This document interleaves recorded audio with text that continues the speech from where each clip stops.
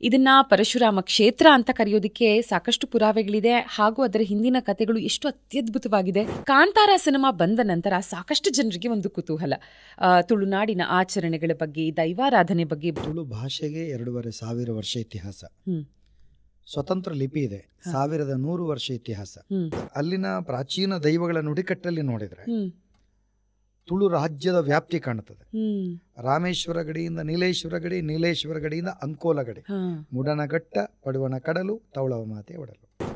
ಕಾಡನ್ನ ಕಡಿದು ನಾಡನ್ನ ಮಾಡಿ ಬೆಳೆಯನ್ನ ಬೆಳೆಸುವಂತ ಚಾಕಚಕ್ಯತೆ ಇಲ್ಲಿನ ಬುದ್ಧಿವಂತನಿಗಿತ್ತು. ಅದಕ್ಕೆ ನಮ್ಮಲ್ಲಿ ನುಡಿಕಟ್ಟಲ್ಲಿದೆ: ಅಗ್ಗಿಡು ಕರಂಚಂದಿನ, ಗಾಳಿಡು ರಾವಂದಿನ, ದೊಂಬುಡು ಉನಂಗಂದಿನ, ನೀರಿಡು ಬೊದುಲಂದಿನ, ಆಜಂದಿನ ಮಾಜಂದಿನ, ತೋಜಂದಿನ, ಅಳತೆಗೆ ಎಕ್ಕಂದಿನ, ಎಣಿಕೆಗೆ ತಿಕ್ಕಂದಿನ, ದಾದನ ಶಕ್ತಿ ಉಂಡು, ಐತಮಿತ್ತೆಂಕ್ಲೆ ಭಕ್ತಿ ಉಂಡು, ಐಡದೆಂಕ್ಲೆ ಮುಕ್ತಿ ಉಂಟು ಅಂತ.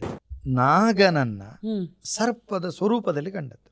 ನಾಗ ಅಂತ ಹೇಳಿದ್ರೆ ಏನು? ನಾ ಅಗಾತ್ ಇತಿ ನಾಗಃ, ಸ್ಥಿರವಾಗಿ ನಿಲ್ಲದಿರುವಂಥದ್ದು, ಚಲನಶೀಲವಾಗಿರುವಂಥದ್ದು ನಾಗ.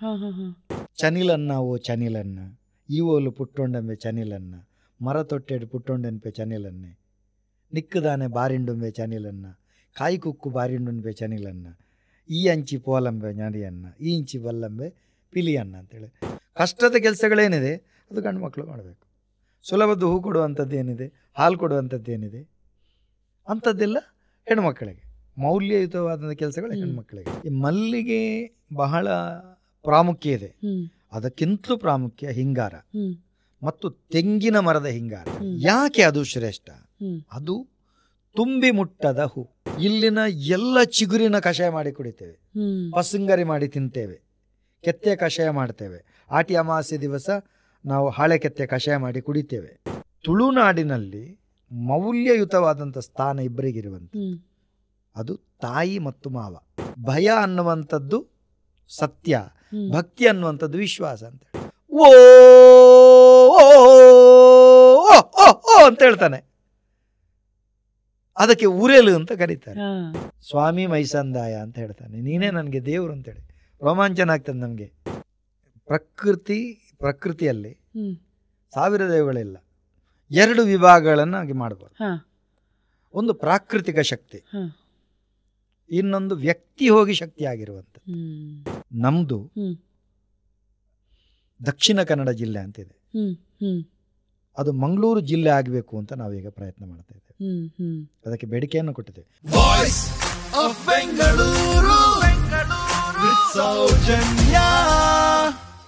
ನಮ್ಮ ಈ ರಾಜ್ಯ ಕರ್ನಾಟಕವನ್ನು ನಾವು ಒನ್ ಸ್ಟೇಟ್ ಮೆನಿ ವರ್ಲ್ಡ್ಸ್ ಅಂತ ಧಾರಾಳವಾಗಿ ಕರಿಬಹುದು. ಖಂಡಿತ ಇದರಲ್ಲಿ ಸಾಕಷ್ಟು ಪ್ರಪಂಚಗಳಿದೆ.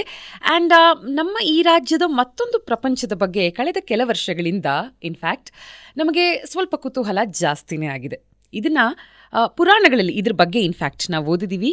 ಇದನ್ನ ಪರಶುರಾಮ ಕ್ಷೇತ್ರ ಅಂತ ಕರೆಯೋದಕ್ಕೆ ಸಾಕಷ್ಟು ಪುರಾವೆಗಳಿದೆ ಹಾಗೂ ಅದರ ಹಿಂದಿನ ಕಥೆಗಳು ಎಷ್ಟು ಅತ್ಯದ್ಭುತವಾಗಿದೆ.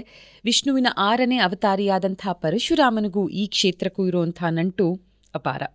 ನಾಟ್ ಜಸ್ಟ್ ದ್ಯಾಟ್, ಹಿಸ್ಟಾರಿಕಲಿ ಅಂತ ತಗೊಂಡಾಗ್ಲೂ 10,000 ವರ್ಷಗಳಿಗೂ ಮೀರಿದ ಇತಿಹಾಸ ಇರುವಂಥ ಈ ನಾಡಿನ ಬಗ್ಗೆ ಮಾತಾಡಬೇಕು ಅಂತ, ಈ ನಾಡನ್ನ ಇನ್ ಡೆಪ್ತ್ ಎಕ್ಸ್ಪ್ಲೋರ್ ಮಾಡಬೇಕು ಅಂತ ನಾನು ಹೊರಟಿದ್ದೀನಿ. ಆ್ಯಂಡ್ ಟು ಬಿಗಿನ್ ವಿತ್, ಇವತ್ತು ನಮ್ಮೊಂದಿಗಿರುವಂಥ ಈ ವಿಶೇಷ ಅತಿಥಿಯ ಬಗ್ಗೆ ನಾನು ಹೇಳಿದ ನಂತರ ಈ ನಾಡಿನ ಬಗ್ಗೆ ಇವರ ಮಾತುಗಳಲ್ಲೇ ಕೇಳೋಣ. ಶ್ರೀಯುತ ದಯಾನಂದ್ ಕತ್ತಲ್ ಸರ್ ಅವರಿಗೆ ವಾಯ್ಸ್ ಆಫ್ ಬೆಂಗಳೂರಿಗೆ ಸ್ವಾಗತ ಸರ್. ನಮಸ್ಕಾರ, ಬಹಳ ಧನ್ಯವಾದಗಳು ನಿಮ್ಮ ಸಮಯ ನಮಗೆ ಕೊಟ್ಟಿದ್ದಕ್ಕೆ. ಸಲ್ಮೇಲು ಧನ್ಯವಾದ. ನಿಮ್ಮ ಸಾಧನೆಗಳು ಅಪಾರ. ಸೊ ನಾನು ಹೇಳಿದ ಹಾಗೆ ಕಳೆದ ಕೆಲ ವರ್ಷಗಳಿಂದ, to be very precise, Kantara cinema ಬಂದ ನಂತರ ಸಾಕಷ್ಟು ಜನರಿಗೆ ಒಂದು ಕುತೂಹಲ, ತುಳುನಾಡಿನ ಆಚರಣೆಗಳ ಬಗ್ಗೆ, ದೈವಾರಾಧನೆ ಬಗ್ಗೆ, ಭೂತಾರಾಧನೆ ಬಗ್ಗೆ. ಆದರೆ ಅದಕ್ಕೂ ಮುಂಚೆ ನಾನು ರೇಡಿಯೋದಲ್ಲಿ ಇದ್ದಂಥ ದಿನಗಳಿಂದಲೂ ಈ ತುಳುನಾಡಿನ ಬಗ್ಗೆ, ಇದರ ಇತಿಹಾಸದ ಬಗ್ಗೆ ಎಲ್ಲ ಮಾತಾಡ್ತಾ ಪರಶುರಾಮನ ಕ್ಷೇತ್ರ ಇದು ಹೇಗಾಯಿತು ಅನ್ನೋದ್ರ ಬಗ್ಗೆ ಎಲ್ಲ ಒಂದಷ್ಟು ವಿಶೇಷ ಸಂಚಿಕೆಗಳನ್ನು ಮಾಡಿದ್ದೆ. ನನಗೆ ಆಗಿಂದಲೂ ಒಂದು ವಿಶೇಷವಾದಂಥ ಆಸಕ್ತಿ. ನಾನು ಯಾವಾಗಲೂ ನನ್ನ ಈ ದಕ್ಷಿಣ ಕನ್ನಡದ ಫ್ರೆಂಡ್ಸ್ಗೆ ಹೇಳ್ತಾ ಇರ್ತೀನಿ, ನಿಮ್ಮ ಭಾಷೆ ಕೇಳೋದಕ್ಕೆ ಬಹಳ ಇಂಪು, ತುಂಬ ಚೆನ್ನಾಗಿದೆ ಅಂತ ಅನ್ಸುತ್ತೆ ಅಂತ. ಸೊ ಹಾಗಾಗಿ ನನ್ನಲ್ಲಿನ ಆಗಿನ ಕುತೂಹಲ ಇವಾಗ ಅದನ್ನು ತಣಿಸ್ತಾ, ಥ್ಯಾಂಕ್ ಯು ನೀವಿವತ್ತು ಈ ಕಾರ್ಯಕ್ರಮಕ್ಕೆ ಬಂದಿರೋದಕ್ಕೆ ಸರ್. ನನಗೆ ಗೊತ್ತು, ನನಗೆ ಯಾವುದೇ ಕ್ವೆಶ್ಚನ್ಸ್ ಇದ್ರು ಅಬೌಟ್ ದಕ್ಷಿಣ ಕನ್ನಡ, ಇಲ್ಲಿನ ಆಚಾರ ವಿಚಾರ, ಸಂಸ್ಕಾರ, ಸಂಸ್ಕೃತಿ, ಅದಕ್ಕೆ ನೀವು ಸರಿಯಾದ ವ್ಯಕ್ತಿ ಉತ್ತರ ಕೊಡೋದಕ್ಕೆ ಅಂತ. ಇಲ್ಲಿಂದ ಪ್ರಾರಂಭ ಮಾಡೋಣ. ಅಂದರೆ ತುಳುನಾಡು ಅಂತಿದ್ದ ಹಾಗೆ ಬಹಳ ಪ್ರಾಚೀನವಾದಂಥ ಇತಿಹಾಸ ಇರುವಂಥ ಕ್ಷೇತ್ರ. ಎಷ್ಟು ಪ್ರಾಚೀನ, ಮತ್ತೆ ಇದರ ಒಂದು ಚಿಕ್ಕದಾಗಿ ಇದರ ಸಂಕ್ಷಿಪ್ತವಾಗಿ ಒಂದು ಇತಿಹಾಸ ತಿಳಿಸ್ಕೊಡ್ಬಹುದಾ ನಮಗೆ ತುಳುನಾಡಿನ ಬಗ್ಗೆ? ತುಳು ಭಾಷೆಗೆ 2,500 ವರ್ಷ ಇತಿಹಾಸ. ಸ್ವತಂತ್ರ ಲಿಪಿ ಇದೆ, 1100 ವರ್ಷ ಇತಿಹಾಸ. ನಾವು ಯಾವ್ದು ಓಂ ಅಂತ ಬರೀತೀವೋ, ನಾವು ಚುಟುಕಾಗಿ ಹೇಳಿದ್ವಿ ಓಂ ಅಂತ ಬರಿತೀವಿ, ಅದು ತುಳು ಲಿಪಿ. ಹೀಗೆ ಬರೆದ್ರೆ ಓ, ಹೀಗೆ ಬರೆದ್ರೆ ತುಳು ಲಿಪಿ. ಅಷ್ಟರಲ್ಲೇ ಗೊತ್ತಾಗ್ಬೋದು ಅದರ ಪ್ರಾಚೀನತೆ ಎಷ್ಟು ಅಂತೇಳಿ. ಅಂತಹ ಸ್ವತಂತ್ರ ಲಿಪಿ ಇದೆ, ಸ್ವತಂತ್ರ ಕ್ಯಾಲೆಂಡರ್ ಇದೆ. ಯಾವ ರೀತಿ ಆಂಗ್ಲದಲ್ಲಿ ಜನವರಿ, ಫೆಬ್ರವರಿ, ಮಾರ್ಚ್, ಏಪ್ರಿಲ್ ಅಂತ ಹೇಳ್ತಾರೆ. ಪಗ್ಗು, ಬೇಷ, ಕಾರ್ತೆಲ್, ಆಟಿ, ಸೋಣ, ಕನ್ಯಾ, ಬೊಂತೆಲ್, ಜಾರತೆ, ಪೆರಾಡ್ದೆ, ಪುಯಿಂತೆಲ್, ಮಾಯಿ, ಸುಗ್ಗಿ, ಸ್ವತಂತ್ರ ಕ್ಯಾಲೆಂಡರ್ ಇದೆ. ಇಲ್ಲಿನ ಆರಾಧನಾ ಪದ್ಧತಿಯಲ್ಲಿ ಇದು ಪ್ರತಿ ಋತುಮಾನಕ್ಕನುಸಾರವಾಗಿ ಇಲ್ಲಿನ ಆಹಾರ ಪದ್ಧತಿಗಳಿದೆ, ಇಲ್ಲಿನ ಆರಾಧನಾ ಪದ್ಧತಿಗಳಿದೆ, ಸಾಂಸ್ಕೃತಿಕ ಚಟುವಟಿಕೆಗಳಿದೆ. ಇದೊಂದು ಅದ್ಭುತ ಭಾಷೆ, ಅದ್ಭುತ ನಾಡು. ನಾನು ಆವಾಗಲೇ ಹೇಳಿದ ಹಾಗೆ 2,500 ವರ್ಷದ ಇತಿಹಾಸ. ಪಂಚದ್ರಾವಿಡ ಭಾಷೆಗಳಲ್ಲಿ ತುಳು ಭಾಷೆ ಒಂದು. ತಮಿಳು, ತೆಲುಗು, ಮಲಯಾಳಂ, ಕನ್ನಡ, ತುಳು ಪಂಚದ್ರಾವಿಡ ಭಾಷೆಗಳು ಅತಿ ಪ್ರಾಚೀನ. ನಾವು ಹೇಳುವಂಥ ಕೃಷ್ಣದೇವರಾಯರನ್ನು ತುಳುವರಸ ಅಂತ ಹೇಳ್ತಾ ಇದ್ರು. ಒಂದು ನೀವು ಇತಿಹಾಸಗಳನ್ನು ತೆರೆದರೆ ತುಳು ರಾಜ್ಯ ಅಂತಿತ್ತು, ಮಂಗಳೂರು ರಾಜ್ಯ ಅಂತಿತ್ತು ಒಂದು ಕಾಲದಲ್ಲಿ ಮಂಗಳೂರು ರಾಜ್ಯ ಅಂತಿತ್ತು. ಅಲ್ಲಿನ ಪ್ರಾಚೀನ ದೈವಗಳ ನುಡಿಕಟ್ಟಲ್ಲಿ ನೋಡಿದರೆ ತುಳು ರಾಜ್ಯದ ವ್ಯಾಪ್ತಿ ಕಾಣುತ್ತದೆ. ರಾಮೇಶ್ವರ ಗಡಿಯಿಂದ ನೀಲೇಶ್ವರ ಗಡಿ, ನೀಲೇಶ್ವರ ಗಡಿಯಿಂದ ಅಂಕೋಲ ಗಡಿ, ಮುಡನಘಟ್ಟ, ಪಡುವಣ ಕಡಲು, ತೌಳವ ಮಾತೆ ಒಡಲು. ಇದು ಒಂದು ಕಾಲದಲ್ಲಿ ತುಳು ರಾಜ್ಯ ಆಗಿತ್ತು. ಆಮೇಲೆ ಮದ್ರಾಸು ಪ್ರಾಂತ್ಯ ಆಯಿತು, ಆಮೇಲೆ ಭಾಷಾವಾರು ಪ್ರಾಂತ್ಯ ರಚನೆ ಆಯಿತು, ಆಮೇಲೆ ಇದೆಲ್ಲ ವಿಭಾಗಗಳಾಯಿತು. ತುಳು ಅನ್ನುವಂಥದ್ದು ಕೇವಲ ಏನು ಹೇಳ್ತಾರೆ, ತುಳು ಅಕಾಡೆಮಿಗೆ ಮಾತ್ರ ಸೀಮಿತ ಆಯಿತು. ದಕ್ಷಿಣ ಕನ್ನಡ ಜಿಲ್ಲೆ ಅಂತ ಇತ್ತು. ತುಳು ಅಂತ ಕಾಣಲಿಕ್ಕೆ ನಮಗೆ ಸಿಗದೇ ಇರುವಂಥ ಸ್ಥಿತಿ ನಿರ್ಮಾಣ ಆಯಿತು. ಬೆಂಗಳೂರಲ್ಲೇ ಹುಟ್ಟಿ ಬೆಳೆದವಳಾಗಿನೂ ನನಗೆ ಎಷ್ಟೋ ಸಲ ಅನಿಸುತ್ತೆ, ಉತ್ತರ ಕನ್ನಡ ಇರಬಹುದು, ದಕ್ಷಿಣ ಕನ್ನಡ ಇರಬಹುದು, ಇವೆಲ್ಲವನ್ನ ನಾವು ಅಂದರೆ ಭಾಷೆ ವಿಷಯವಾಗಿ ಮಾತ್ರ ಅಲ್ಲದೆ ಅಲ್ಲಿನ ಕಲ್ಚರ್ ಅದನ್ನ ಸೆಲೆಬ್ರೇಟ್ ಮಾಡಬೇಕು, ಅದನ್ನ ನಮ್ಮದು ಅಂತ ಆಗಿಸ್ಕೋಬೇಕು. ಯಾಕಂದ್ರೆ ಕರ್ನಾಟಕ ಅಂದ್ರೆ ಬೆಂಗಳೂರು ಮಾತ್ರ ಖಂಡಿತ ಅಲ್ಲ.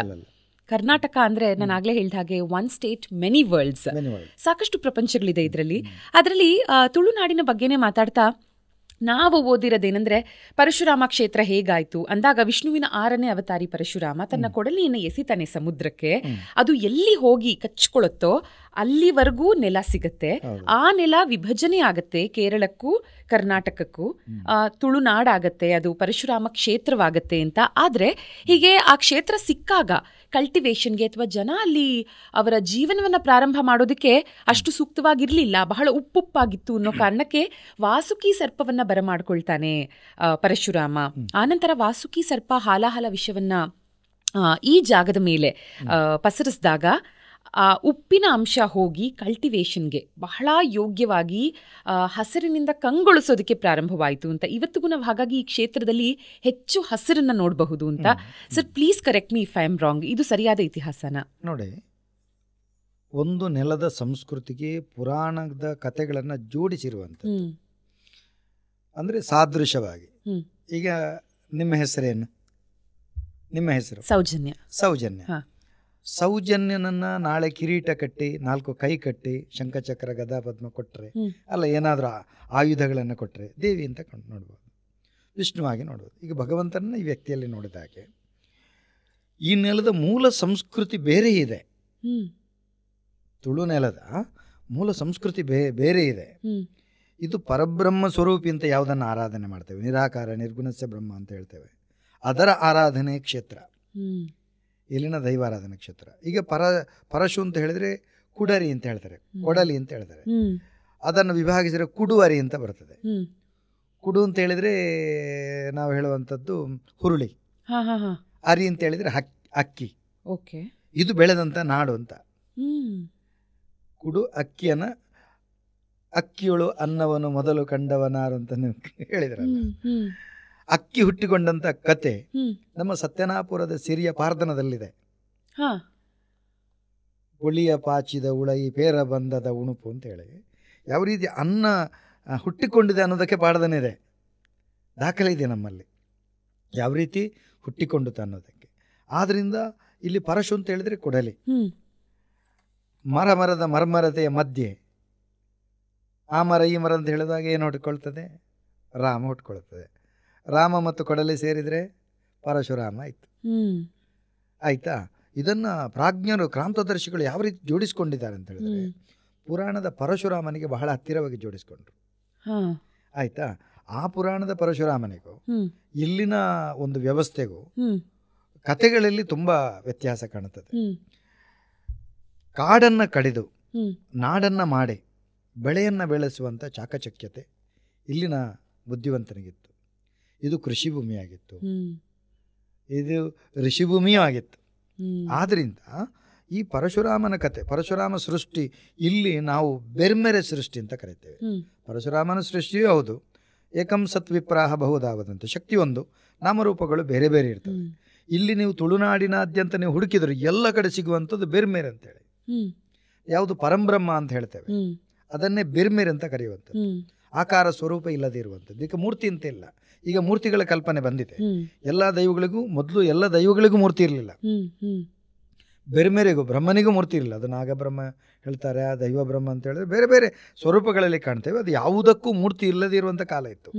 ಅದಕ್ಕೆ ನಮ್ಮಲ್ಲಿ ನುಡಿಕಟ್ಟಲ್ಲಿದೆ, ಅಗ್ಗಿಡ ಕರಂಚಂದಿನ, ಗಾಳಿಡು ರಾವಂದಿನ, ದೊಂಬುಡು ಉನಂಗಂದಿನ, ನೀರಿಡು ಬೊದುಲಂದಿನ, ಆಜಂದಿನ ಮಾಜಂದಿನ, ತೋಜಂದಿನ, ಅಳತೆಗೆ ಎಕ್ಕಂದಿನ, ಎಣಿಕೆಗೆ ತಿಕ್ಕಂದಿನ, ಸಾಧನ ಶಕ್ತಿ ಉಂಡು, ಐತಮಿತ್ತೆಂಕ್ಲೆ ಭಕ್ತಿ ಉಂಡು, ಐಡ್ದೆಂಕ್ಲೆ ಮುಕ್ತಿ ಉಂಟು ಅಂತೇಳಿದರೆ ಯಾವುದನ್ನು ಶಸ್ತ್ರದಿಂದ ಛೇದಿಸ್ಲಿಕ್ಕೆ ಆಗೋದಿಲ್ವೋ, ಯಾವುದನ್ನು ಬೆಂಕಿಯಲ್ಲಿ ಸುಡಲಿಕ್ಕೆ ಆಗೋದಿಲ್ವೋ, ಯಾವುದು ಗಾಳಿಯಲ್ಲಿ ಹಾರೋದಿಲ್ವೋ, ಯಾವುದು ನೀರಿನಲ್ಲಿ ಒದ್ದೆ ಆಗೋದಿಲ್ಲ ಅಂಥ ಶಕ್ತಿ, ಅದನ್ನೇ ಪರಂಬ್ರಹ್ಮ ಅಂತ ಕರೆಯೋದು. ಆ ಶಕ್ತಿ ಬ್ರಹ್ಮ ಅಂತ ಹೇಳಿ ಅದನ್ನೇ ನಾವು ಇಲ್ಲಿ ಪರಶುರಾಮನಾಗಿ ಕಂಡದ್ದು, ಅದನ್ನೇ ಈ ನೆಲದ ಶಕ್ತಿಯಾಗಿ ಕಂಡದ್ದು. ಈ ನೆಲದ ದೇವರು ಯಾರು ಕೇಳಿದರೆ ಬ್ರಹ್ಮ, ಬೇರೆ ಬೇರೆ ಮತ್ತು ದೈವಗಳು, ಸತ್ಯಗಳು, ದ ಟ್ರುತ್ ವರ್ಷ ತುಳುವುದು, ಸತ್ಯಾರಾಧನೆ ಅಂತ ಹೇಳುವಂಥದ್ದು. ಹೌದು. ಆದ್ದರಿಂದ ಆ ಕಥೆಯನ್ನು ಇಲ್ಲಿ ನಾವು ಬಹಳ ಪ್ರೀತಿಯಿಂದ ಸ್ವೀಕರಿಸಿದ್ದೇವೆ. ಯಾಕಂತ ಹೇಳಿದರೆ ಬಹಳ ಖುಷಿ ನಮಗೆ. ಯಾಕಂತ ಹೇಳಿದ್ರೆ ಇಲ್ಲಿ ಪರಶುರಾಮ್ಗೆ ಬಹಳ ಹತ್ತಿರ. ಈಗ ಕೃಷ್ಣನೊಂದಿಗೆ ಗೋವಿದೆ, ರಾಮನೊಂದಿಗೆ ಹಲ ಇದೆ. ಹಲ ಅಂತ ಹೇಳಿದ್ರೆ ನೇಗಿಲಿದೆ. ನಮಗೆ ಬಹಳ ಪ್ರೇರಕ ಮತ್ತು ಪೂರಕವಾದಂಥ ಆಯುಧಗಳದೆಲ್ಲ ಏನು ಉಪಕ್ರಮಕ್ಕೆ ಏನು ಬೇಕು ಅದನ್ನೇ ತಗೊಳ್ತೇವೆ. ಆದ್ದರಿಂದ ಈ ಪರಶುರಾಮನ ಕಥೆಯು ತುಳುನಾಡಿನ ದೈವಾರಾಧನೆ ಸಂಧಿಪಾರ್ಧನಗಳಲ್ಲಿ ಬರುವುದಿಲ್ಲ. ಸಂಧಿಪಾರ್ಧನಗಳಲ್ಲಿ ಬರುವುದಿಲ್ಲ. ಇಲ್ಲಿ ಮೂಲ ನಿವಾಸಿಗಳು ಯಾರು ಅಂತ ಹೇಳಿದರೆ ಕೊರಗರು, ಕೊರಗ ಸಮುದಾಯದವರು. ಅವರಿಂದ ಇಲ್ಲಿನ ನಾಡು ಹುಟ್ಕೊಳ್ತು. ಅದಕ್ಕೆ ಬಹಳ ಚಂದ ಕತೆ ಕೂಡ ಇದೆ ಯಾವ ರೀತಿ ಹುಟ್ಕೊಂಡದ್ದು. ಒಂದು ಕಾಲದಲ್ಲಿ ಯುಗ ಏನು ಪ್ರಳಯ ಆಗುವಂಥ ಕಾಲ ಅಂತೆ. ಆವಾಗ ಕುದುಕ ಅರಸು ಅಂತ ದೇವರನ್ನ ಆ ರೀತಿ ಅಂತ ಬುದ್ಧಿವಂತ. ನಮ್ಮಲ್ಲಿ ಪ್ರಾಣಿಗಳಲ್ಲಿ ಕುದುಕ ಅಂತ ಹೇಳಿದರೆ ನರಿ ಅಂತೇಳಿ, ನರಿ ಬಹಳ ಚಾಣಾಕ್ಷ ಅಂತೇಳಿ ಕುದುಕ ಅರಸು ಅಂತ ಅವರು ದೇವರಿಗೆ ಹೆಸರು ಕೊಟ್ಟಿರುವಂಥದ್ದು. ಅವರು ಒಂದು ದೋಲಿನೊಳಗೆ 2 ಜೀವವನ್ನು ಹಾಕ್ತಾರೆ, ಗಂಡು ಮತ್ತು ಹೆಣ್ಣು. ಅದನ್ನು ತಗೆ ತಂಗಡಿ ಅಕ್ಕ ತಂಗಿ ಅಂತ ಕರೀತಾರೆ.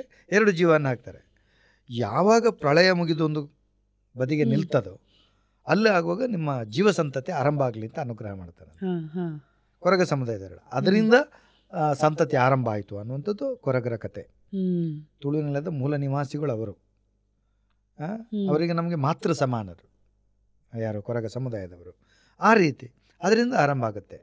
ಈ ರೀತಿ ಆಗುವಾಗ ಮತ್ತೆ ಅಲ್ಲಿಗೆ ಒಬ್ಬೊಬ್ಬರು ವಲಸೆ ಬರುವಂಥದ್ದು, ಸೇರ್ಕೊಳ್ಳಿರುವಂಥ ಒಂದೊಂದು ಆಚರಣೆಗಳು. ಮೊದಲು ಇಲ್ಲಿ ಸತ್ಯಾರಾಧನೆ, ಶೈವರಾಗಮನ ಆಯಿತು. ಇಲ್ಲಿರುವಂಥ ಏನು ಪ್ರಕೃತಿಯನ್ನು ಉಳಿಸುವುದಕ್ಕೋಸ್ಕರ ಹರಿಯುವಂಥ ತೊರೆಯಿಂದ ಕಲ್ಲನ್ನು ತಂದು ಬನದ ಮಧ್ಯೆ ಹಾಕಿ, ಬನಗಳ ಸಂರಕ್ಷಣೆಯೇ ನಮ್ಮ ಹೊಣೆ ಆಗಿತ್ತು, ತುಳುವರ ಹೊಣೆ ಆಗಿತ್ತು. ಯಾಕಂತ ಹೇಳಿದ್ರೆ ಅಸಂಖ್ಯ ಸರೀಸೃಪಗಳಿಗೆ, ಅಸಂಖ್ಯ ಪಕ್ಷಿ ಪ್ರಾಣಿ ವರ್ಗಗಳಿಗೆ ಇದು ಆಶ್ರಯ ಆಗಿತ್ತು. ನಿಮ್ಗೆ ಗೊತ್ತಿರ್ಬೋದು, ಪ್ರಕೃತಿ ಉಳಿದ್ರೆ ಮಾತ್ರ ಎಲ್ಲ ಬದುಕು ಕಟ್ಟಲಿಕ್ಕೆ ಸಾಧ್ಯ. ಆದ್ದರಿಂದ ಇದರ ಸಂರಕ್ಷಣೆಗೋಸ್ಕರ ಏನು ತನ್ನ ಹೊಟ್ಟೆಪಾಡಿಗೆ ಮರವನ್ನು ಕಡಿದು ಕಾಡನ್ನು ಕಡಿದು ನಾಡು ಮಾಡ್ತಾನೋ ಅದು ಅತಿಯಾದರೆ ಸಮಸ್ಯೆ ಆಗ್ತದೆ. ಮನುಷ್ಯನ ವಾತ ಪಿತ್ತ ಕಫ ಸಹಿತವಾದಂತಹ 3 ವಿಧದ ರೋಗಗಳಿಗೆ, ವಾತ ಪಿತ್ತ ಕಫ ಸಹಿತವಾಗಿ 100 ವಿಧದ ರೋಗಗಳಿದ್ದಾವೆ. ಅದಕ್ಕೆ 1000 ವಿಧದ ಗಿಡಮೂಲಿಕೆಯ ಮದ್ದುಗಳ ವೃಕ್ಷ ಗಿಡ ಮರ ಬಳ್ಳಿಗಳ ಸಂಕುಲ ಈ ನೆಲದಲ್ಲಿದೆ. ಅದನ್ನು ಸಂರಕ್ಷಿಸುವುದಕ್ಕೋಸ್ಕರ, ಅದರೊಂದಿಗೆ ಪ್ರಾಣಿ ಪಕ್ಷಿಗಳನ್ನು ಸಂರಕ್ಷಿಸೋಕ್ಕೋಸ್ಕರ ಹರಿಯುವ ತೊರೆಯಿಂದ ಕಲ್ಲನ್ನು ತಂದು ಬನದ ಮಧ್ಯೆ ಹಾಕಿ, ಇದು ನಾಗನ ಕಲ್ಲು ನಾಗಬನ, ಇದು ಗುಳಿಗನ ಕಲ್ಲು ಗುಳಿಗಬನ, ಲಕ್ಕೇಸರಿ ಕಲ್ಲು ಲಕ್ಕೇಸರಿ ಬನ, ಚೌಂಡಿ ಕಲ್ಲು ಚೌಂಡಿ ಬನ. ಜುಮಾದಿ ಕಲ್ಲು ಜುಮಾದಿ ಬನ, ಆ ರೀತಿ ಆರಾಧನೆ ಪ್ರಕೃತಿ ಸಂರಕ್ಷಣೆಗೋಸ್ಕರ ಈ ರೀತಿ ಆರಾಧನೆ ಆರಂಭಿಸಿರುವಂಥ ತುಳುನಾಡಿನಲ್ಲಿ ಶೈವರು ಬಂದರು, ಇದೇನು ಕಲ್ಲು ಅಂತ ಹೇಳಿದರೆ ಅವ್ರಿಗೆ ಗೊತ್ತು, ಇದು ಲಿಂಗ. ಲಿಂಗ ಅಂದರೆ ಪಾಣಿಪೀಠ, ಭೂಮಿಯ ಪಾಣಿಪೀಠ, ಅದು ಪ್ರಕೃತಿ, ಇದು ಪುರುಷ, ಆ ಸಮ. ಮತ್ತೆ ವೈಷ್ಣವರು ಬಂದರು, ಪ್ರತಿಯೊಬ್ಬರು ಈ ನೆಲಕ್ಕೆ ತನ್ನ ತನ್ನ ಸಂಸ್ಕೃತಿಯನ್ನು ಜೋಡಿಸಿದರು. ಇಲ್ಲಿ ಎಲ್ಲವನ್ನೂ ಸ್ವೀಕರಿಸುವಂಥ ಗುಣ ಇದೆ. ಯಾಕಂತ ಹೇಳಿದ್ರೆ ಇದು ಹಸಿ ಮಣ್ಣು, ಇದು ಮೃದು ಮಣ್ಣು, ಮೃದು ಮನಸ್ಸಿನವರಿರುವಂಥ ನೆಲ. ಹಸಿ ಗೋಡೆಗೆ ಒಂದು ಕಲ್ಲು ಹೊಡೆದ್ರೆ ಹಾಗೆ ನಿಲ್ತದೆ, ಅದು ಹಾಗೆ ನಿಲ್ತದೆ. ಒಳ್ಳೆಯದು ನಿಂತಿದೆ, ಕೆಟ್ಟದ್ದು ನಿಂತಿದೆ. ಈ ನೆಲದಲ್ಲಿ ಒಳ್ಳೆಯ ವಿಚಾರಗಳು ನಿಂತಿದೆ, ಕೆಟ್ಟದ್ದು. ಆದ್ದರಿಂದ ಪುರಾಣದ ಕಥೆಗಳನ್ನು ಕೂಡ ಸ್ವೀಕರಿಸಿದ್ದೇವೆ. ಜನಪದವಾಗಿರುವಂಥ ಸೊಗಡು ಕೂಡ ಈವಾಗಲೂ ಉಳಿದಿದೆ.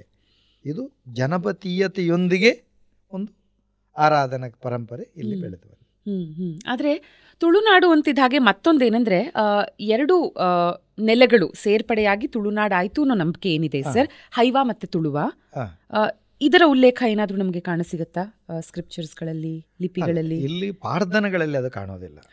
ಇದು ವಿದ್ವಾಂಸರ ಒಂದೊಂದು ಅವರವರ ಅಧ್ಯಯನದ ಗುಣಗಳನ್ನು ತಪ್ಪು ಅಂತ ಹೇಳಕ್ಕಾಗೋದಿಲ್ಲ, ಇರ್ತದೆ. ಕೆಲವರು ಏನು ನಾಗಸಂತತಿಯವರು ಬಂದರು ಅಂತ ಹೇಳಿ ಅಧ್ಯಯನ ಮಾಡಿದ್ದಾರೆ. ಕೆಲವರು ಆಫ್ರಿಕಾದಿಂದ ಏನು ಒಂದು ಭೂಮಿ ಬಂದು ಜೋಡಣೆ ಆಯಿತು, ಅದು ಅಂತ ಹೇಳಿದ್ರೆ ಲಾವಾರಸ ಬಂದು ಅದು ರಂಧ್ರ ಭೂಮಿ ಬಂತು, ಅದು ನೀರಲ್ಲಿ ತೇಲಾಡ್ತೈತೆ, ಅದು ಬಂದು ಸೇರ್ತು, ಆ ರೀತಿ ಅಂತ ಕಲ್ಪನೆಗಳು ನಿಮಗೆ ಗೂಗಲ್ ಅತ್ತೆ ಹತ್ರ ಕೇಳಿದ್ರೆ ಒಂದೊಂದು ಸಿಗ್ತದೆ ಅಲ್ವಾ. ಆ ರೀತಿ ಸಂಶೋಧಕರದ್ದು. ಆದರೆ ಇಲ್ಲಿನ ಮೂಲ ಪರಂಪರೆಯಲ್ಲಿ ಹೇಗೆ ಬರ್ತಾ ಇದೆ, ಅನಾಚೂನವಾಗಿ ಬಂದಿರೋದು ಏನಂತ ಹೇಳಿದ್ರೆ, ಇದು ಮೃದು ಭೂಮಿ, ಕೃಷಿಯೋಗ್ಯವಾದಂಥ ಭೂಮಿ. ಯಾವ ರೀತಿ ನಾವು ಯಾವ ರೀತಿ ಹೇಳ್ತೇವೆ ಅಂತ ಹೇಳಿದ್ರೆ, ಒಂದು ನೀರು ಹರಿದು ಬರ್ತದೆ, ಆವಾಗ ಮಣ್ಣು ಗುಂಟಲ್ಲಿ ಸವಕಳಿಯಾಗಿ ಇದು ಸೇರ್ತದೆ. ಅದಕ್ಕೆ ಹಾಲಿನಲ್ಲಿ ಯಾವ ರೀತಿ ಕೆನೆ ಬರ್ತದೆ, ಮಣ್ಣಿನ ಕೆನೆಗಳೆಲ್ಲ ಸೇರಿ ಸೇರಿ ಸೇರಿ ಸೇರಿ ಅಲ್ಲಿ ಮೃದು ಮಣ್ಣು ಸೇರಿರ್ತದೆ. ಅಂಥದ್ದು ಸೇರಿರುವಂಥ ಮಣ್ಣು ಅದು ರೈತನ ಮಿತ್ರನಾದಂಥ ಎರೆಹುಳಿಗೆ ಆಹಾರ ಆಗ್ತದೆ, ಅದು ಜೌಗಾಗ್ತದೆ. ಜೌಗಾದಂಥ ಮಣ್ಣು ಗೆದ್ದಲಿಗೆ ಆಹಾರ ಆಗ್ತದೆ, ಗೆದ್ದಲದಿಂದ ಹುತ್ತ ಕಡುತ್ತದೆ. ಈ ಮಣ್ಣು ಮನುಷ್ಯನ ರೋಗಗಳನ್ನು ಓಡಿಸುವಂಥ ಎಲ್ಲ ಗಿಡ ಬರ ಮಳ್ಳಿಗಳ ಒಂದು ಅದಕ್ಕೆ ಆಶ್ರಯ ಆಗಿರ್ತದೆ, ಅದು ಬೆಳೆಯಲಿಕ್ಕೆ ಕಾರಣ ಆಗ್ತದೆ. ಅಂತೂ ಇದು ಮೃದುಭೂಮಿ ಆಗಿರ್ತದೆ. ಹೌದು, ಇದು ನಾಗಭೂಮಿನೂ ಆಗಿರೋದಕ್ಕೆ ಇದರ ಹಿಂದಿನ ಒಂದು ಪುರಾಣ ಆಸಚ್ ಇದೆ. ಯಾಕಂದ್ರೆ ನಾನು ಅವಾಗಲೇ ಹೇಳಿದೆ, ಪರಶುರಾಮನ ಕಥೆಯನ್ನ ನಾವು ಏನು ಓದಿದ್ವಿ ಅದನ್ನ ನಾನು ಉಲ್ಲೇಖ ಮಾಡಿದ್ನಲ್ಲ. ವಾಸುಕಿ ಸರ್ಪ ಬಂದು ಹಾಲಾಹಲ ವಿಷವನ್ನ ಇಲ್ಲಿ ಪಸರಿಸಿ ಆನಂತರ ನೆಲ ಹಚ್ಚ ಹಸಿರಾಯ್ತು ಅಂತ ಏನಿದೆ ಕಥೆಯಲ್ಲಿ, ಅದಾದ ನಂತರ ಈ ಸರ್ಪಗಳಿಂದ ಇದು ಸಾಧ್ಯವಾಗಿದ್ರಿಂದ ಇಲ್ಲಿ ನಾಗನಿಗೆ ಇನ್ ಮುಂದೆ ನಿರಂತರ ಪೂಜೆ ಇರುತ್ತೆ ಅನ್ನೋದು ಆ ಕಥೆಯ, ಅಂದ್ರೆ ಆ ಕಥೆ ಹೇಗೆ ಅಂತ್ಯವಾಗುತ್ತೆ ಅನ್ನೋದು. ಇದು ಆ ಕಥೆಗಳು ಒಳ್ಳೆಯದೇ. ಅದಕ್ಕೆ ಪೂರಕವಾಗಿ ನಮ್ಮ ಕಥೆ ಏನು ಅಂತ ಹೇಳಿದ್ರೆ, ಅದನ್ನು ಯಾವ ರೀತಿ ಅದಕ್ಕೆ ತಗೊಂಡ್ರ ಅಂತ ಈಗ ವಿಜ್ಞಾನ ಮತ್ತು ಆರಾಧನೆ ಅದರೊಂದು ಸಂಯೋಗ ಆಗ್ಬೇಕು. ನಿಜವಾಗಿ ನಾಗ ಅಂತ ಹೇಳಿದ್ರೆ ಏನು, ಏನು ನಾಗ ಅಂತ ಹೇಳಿದ್ರೆ ಸರ್ಪಗಳನ್ನು ನಾಗನ ಸ್ವರೂಪದಲ್ಲಿ ಕಂಡದ್ದು. ಈಗ ಸೌಜನ್ಯನನ್ನು ದೇವರನ್ನ, ಸೌಜನ್ಯನ ಸ್ವರೂಪ ಮನುಷ್ಯರ ಸ್ವರೂಪದಲ್ಲಿ ಯಾವ ರೀತಿ ದೇವರನ್ನ ಕಾಣ್ತೇವೆ. ಈಗ ಶಿವ ಜಟೆ ಕಟ್ಟಿ ಶಿವಲ ಹಿಡ್ಕೊಂಡು ಆ ರೀತಿ ಕಂಡದ್ದು. ನಾಗನನ್ನ ಸರ್ಪದ ಸ್ವರೂಪದಲ್ಲಿ ಕಂಡದ್ದು. ನಾಗ ಅಂತ ಹೇಳಿದ್ರೆ ಏನು, ನಾ ಅಗಾತ್ ಇತಿ ನಾಗ, ಸ್ಥಿರವಾಗಿ ನಿಲ್ಲದಿರುವಂಥದ್ದು, ಚಲನಶೀಲವಾಗಿರುವಂಥದ್ದು ನಾಗ. ನಾಗ ಅಂದ್ರೆ ಏನು ನೀವು ಗಮನಿಸಿರ್ಬೋದು. ನಮಗೆ ನೀರು ಎಲ್ಲಿಂದ ಸಿಗ್ತದೆ, ಎಲ್ಲಿಂದ ಸಿಗ್ತದೆ? ನದಿಯಿಂದ ಹೇಳ್ತೇವೆ ಅಲ್ಲ, ಕೆಲವರು ಭೂಮಿಯಡೆ ಬಾವಿ ಅಂತ ಹೇಳ್ತಾರೆ. ಆ ನದಿ ಎಲ್ಲಿಂದ ಹುಡ್ತದೆ ಅಂತ ಹೇಳಿದ್ರೆ ಗುಡ್ಡೆಯಿಂದ, ಬೆಟ್ಟದಿಂದ ಹುಡ್ತದೆ. ಬೆಟ್ಟದ ಮೇಲು ಒಸರು, ಅದು ನಮಗೆ ಅಸರು ಅಂತೇಳಿ ನೀರು ನಮಗೆ ಕುಡಿಯೋಕ್ಕೆ ಹಾಕುವಂಥದ್ದು. ಅದು ಹರಿದು ಬಂದು ತೋಡು, ಕೆರೆ, ಹಳ್ಳ, ನದಿ, ಕಟ್ಟಗಡೆಗೆ ಸಾಗರವನ್ನು ಸೇರುವಂಥದ್ದು. ಅದೇ ರೀತಿ ಭೂಮಿಯಡಿಯಲ್ಲಿ ಅಂತರ್ಜಲ ಪ್ರವಹಿಸ್ತದೆ. ಅಂತರ್ಜಲ ಪ್ರವಹಿಸ್ತದೆ. ಅದರ ವಿರುದ್ಧ ದಿಕ್ಕಲ್ಲೊಂದು ಶಕ್ತಿ ಸಂಚಯನ ಆಗ್ತದೆ. ಅದಕ್ಕೆ ಎಲೆಕ್ಟ್ರೋಮ್ಯಾಗ್ನೆಟಿಕ್ ಪವರ್ ಅಂತ ಹೇಳಿ ಆಂಗ್ಲದಲ್ಲಿ ಕರೀತಾರೆ. ಅದು ನಾಗ. ಇದು ಭೂಮಿ ಅಡಿಯಲ್ಲಿ ನೀರು ಪ್ರವಹಿಸುವಾಗ ಮಣ್ಣು ಸಡಿಲಾಗಲೇಬೇಕು ಅಲ್ವಾ, ಸಡಿಲಾಗಬೇಕು. ಆವಾಗ ರೈತನ ಮಿತ್ರನ ಎಳೆಹುಳ ತಿಂತದೆ, ಮಣ್ಣು ಜೌಗಾಗ್ತದೆ, ಗೆದ್ದಲು ತಿಂತದೆ, ಹುತ್ತ ಕಟ್ತದೆ. ಇಲ್ಲಿ ಏನು ವಿಶೇಷ ಅಂತ ಹೇಳಿದ್ರೆ, ಕಿವಿ ಕೇಳದ ಕಣ್ಣು ಕಾಣುವ ಸರೀಸೃಪ ಸರ್ಪ ಈ ವೈಬ್ರೇಷನ್ಗೆ, ಈ ಕಂಪನಕ್ಕೆ ಅದೇ ರೀತಿ ಹರಿದುಕೊಂಡು ಬರ್ತದೆ. ಬರುವಾಗ ಎದುರು ಹುತ್ತ ಕಾಣ್ತದೆ, ಗೆದ್ದಲನ್ನು ಓಡಿಸ್ತದೆ, ತಾನು ಕೂತ್ಕೊಳ್ತದೆ. ಪರ್ಮನೆಂಟ್ ಕೂತ್ಕೊಳ್ತದೆ ಅಂತಲ್ಲ, ಅಲ್ಲಿಂದ ಮತ್ತೆ ಅದಕ್ಕೆ ಶಕೆ ಆದಾಗ ಕೂತ್ಕೊಳ್ತದೆ, ಮತ್ತೆ ಇಳಿದು ಹೋಗ್ತದೆ. ಇಲ್ಲಿ ವಿಶೇಷ ಅಂತ ಹೇಳಿದರೆ, ಸರೀಸೃಪ ಸರ್ಪಕ್ಕೆ ನಾವು ಸಂಸ್ಕಾರ ಯಾಕೆ ಮಾಡುವಂಥದ್ದು, ಅದನ್ನು ಯಾಕೆ ದೇವರಾಗಿ ಕಂಡಿದ್ದೇವೆ ಅಂತ ಹೇಳಿದರೆ, ಈ ಸರ್ಪ ಹರಿದ ಮಣ್ಣು ಅಂತ ಹೇಳಿದರೆ ನಾಗಬೀದಿ. ಸರ್ಪ ಹರಿದ ಮಣ್ಣು ನಮ್ಮ ಚರ್ಮ ವ್ಯಾಧಿಗೆ ಮದ್ದು. ಎಲ್ಲಿವರೆಗೆ ಸರ್ಪ ಶ್ವಾಸವನ್ನು ಬಿಡ್ತದೋ ಅಲ್ಲಿವರೆಗೆ ನಮಗೆ ಕುಷ್ಠರೋಗ ಬರೋದಿಲ್ಲ. ಆದ್ದರಿಂದ ಸರ್ಪವನ್ನು ದೇವರಾಗಿ ಕಂಡಿದ್ದೇವೆ. ಆದ್ದರಿಂದ ನಮ್ಮ ತುಳು ನೆಲದ ಕುಕ್ಕೆಯಿಂದ ಹಿಡಿದು ಎಲ್ಲ ದೇವ ದೈವಸ್ಥಾನಗಳಲ್ಲಿ ಉರುಳು ಸೇವೆ, ಮಡತನ ಸೇವೆ ಶ್ರೇಷ್ಠ ಸೇವೆ. ಸಮೀಪದ ಪುಷ್ಕರಣಿಯಲ್ಲಿ ತೊರೆಯಲ್ಲಿ ಮಿಂದು ಚಿಕ್ಕ ಬಟ್ಟೆಯನ್ನುತ್ತು ಈ ಹುತ್ತದ ಮಣ್ಣಲ್ಲಿ ಹೊರಳಾಡಿದಾಕ್ಷಣ ಯಾವುದು ನಿಮ್ಮ ಆಂಗ್ಲದಲ್ಲಿ ಮಡ್ ಥೆರಪಿ ಅಂತ ಮಾಡ್ತಾರೆ, ಅದೇ ಇದು ನೇಚರ್ ಕ್ಯೂರ್ ಅಲ್ಲಿ ಮಡ್ ಥೆರಪಿ ಇದೆ. ಇದಕ್ಕೆ ಆರಾಧನಾ ಸ್ವರೂಪದಲ್ಲಿ ನಾವು ಮಡ್ ಥೆರಪಿ ಮಾಡ್ತೇವೆ, ನೀವಕ್ಕೆ ಹಣ ಕೊಟ್ಟು ಮಾಡ್ತೀರಿ ಅಷ್ಟೇ. ವ್ಯತ್ಯಾಸ ಇಷ್ಟೇ. ಇದನ್ನೇ ಅದೊಂದು ಸೇವೆಯಾಗಿದೆ, ಉರುಳು ಸೇವೆ. ಅವನ ಶರೀರಕ್ಕೂ ನರನಾಡಿಗಳು ಚೈತನ್ಯ ಬರ್ತದೆ ಉರುಳುವಾಗ, ಉರುಳು ಚೈತನ್ಯ ಬರ್ತದೆ. ಒದ್ದೆ ಆದ ತಕ್ಷಣ ಮಣ್ಣು ಸಿಗ್ತದೆ, ಹುತ್ತದ ಮಣ್ಣು ಆಗ್ತದೆ, ತಾಗ್ತದೆ, ಚರ್ಮವ್ಯಾಧಿ ನಿವಾರಣೆ ಆಗ್ತದೆ. ಅದು ಮಡತನ ಅಂತೇಳಿ, ತುಳುವಲ್ಲಿ ಮಡತನ ಅಂತೇಳಿ ಉರುಳುವುದಂತ, ಕನ್ನಡಕ್ಕೆ ಉರುಳು ಸೇವೆ ಆಯಿತು.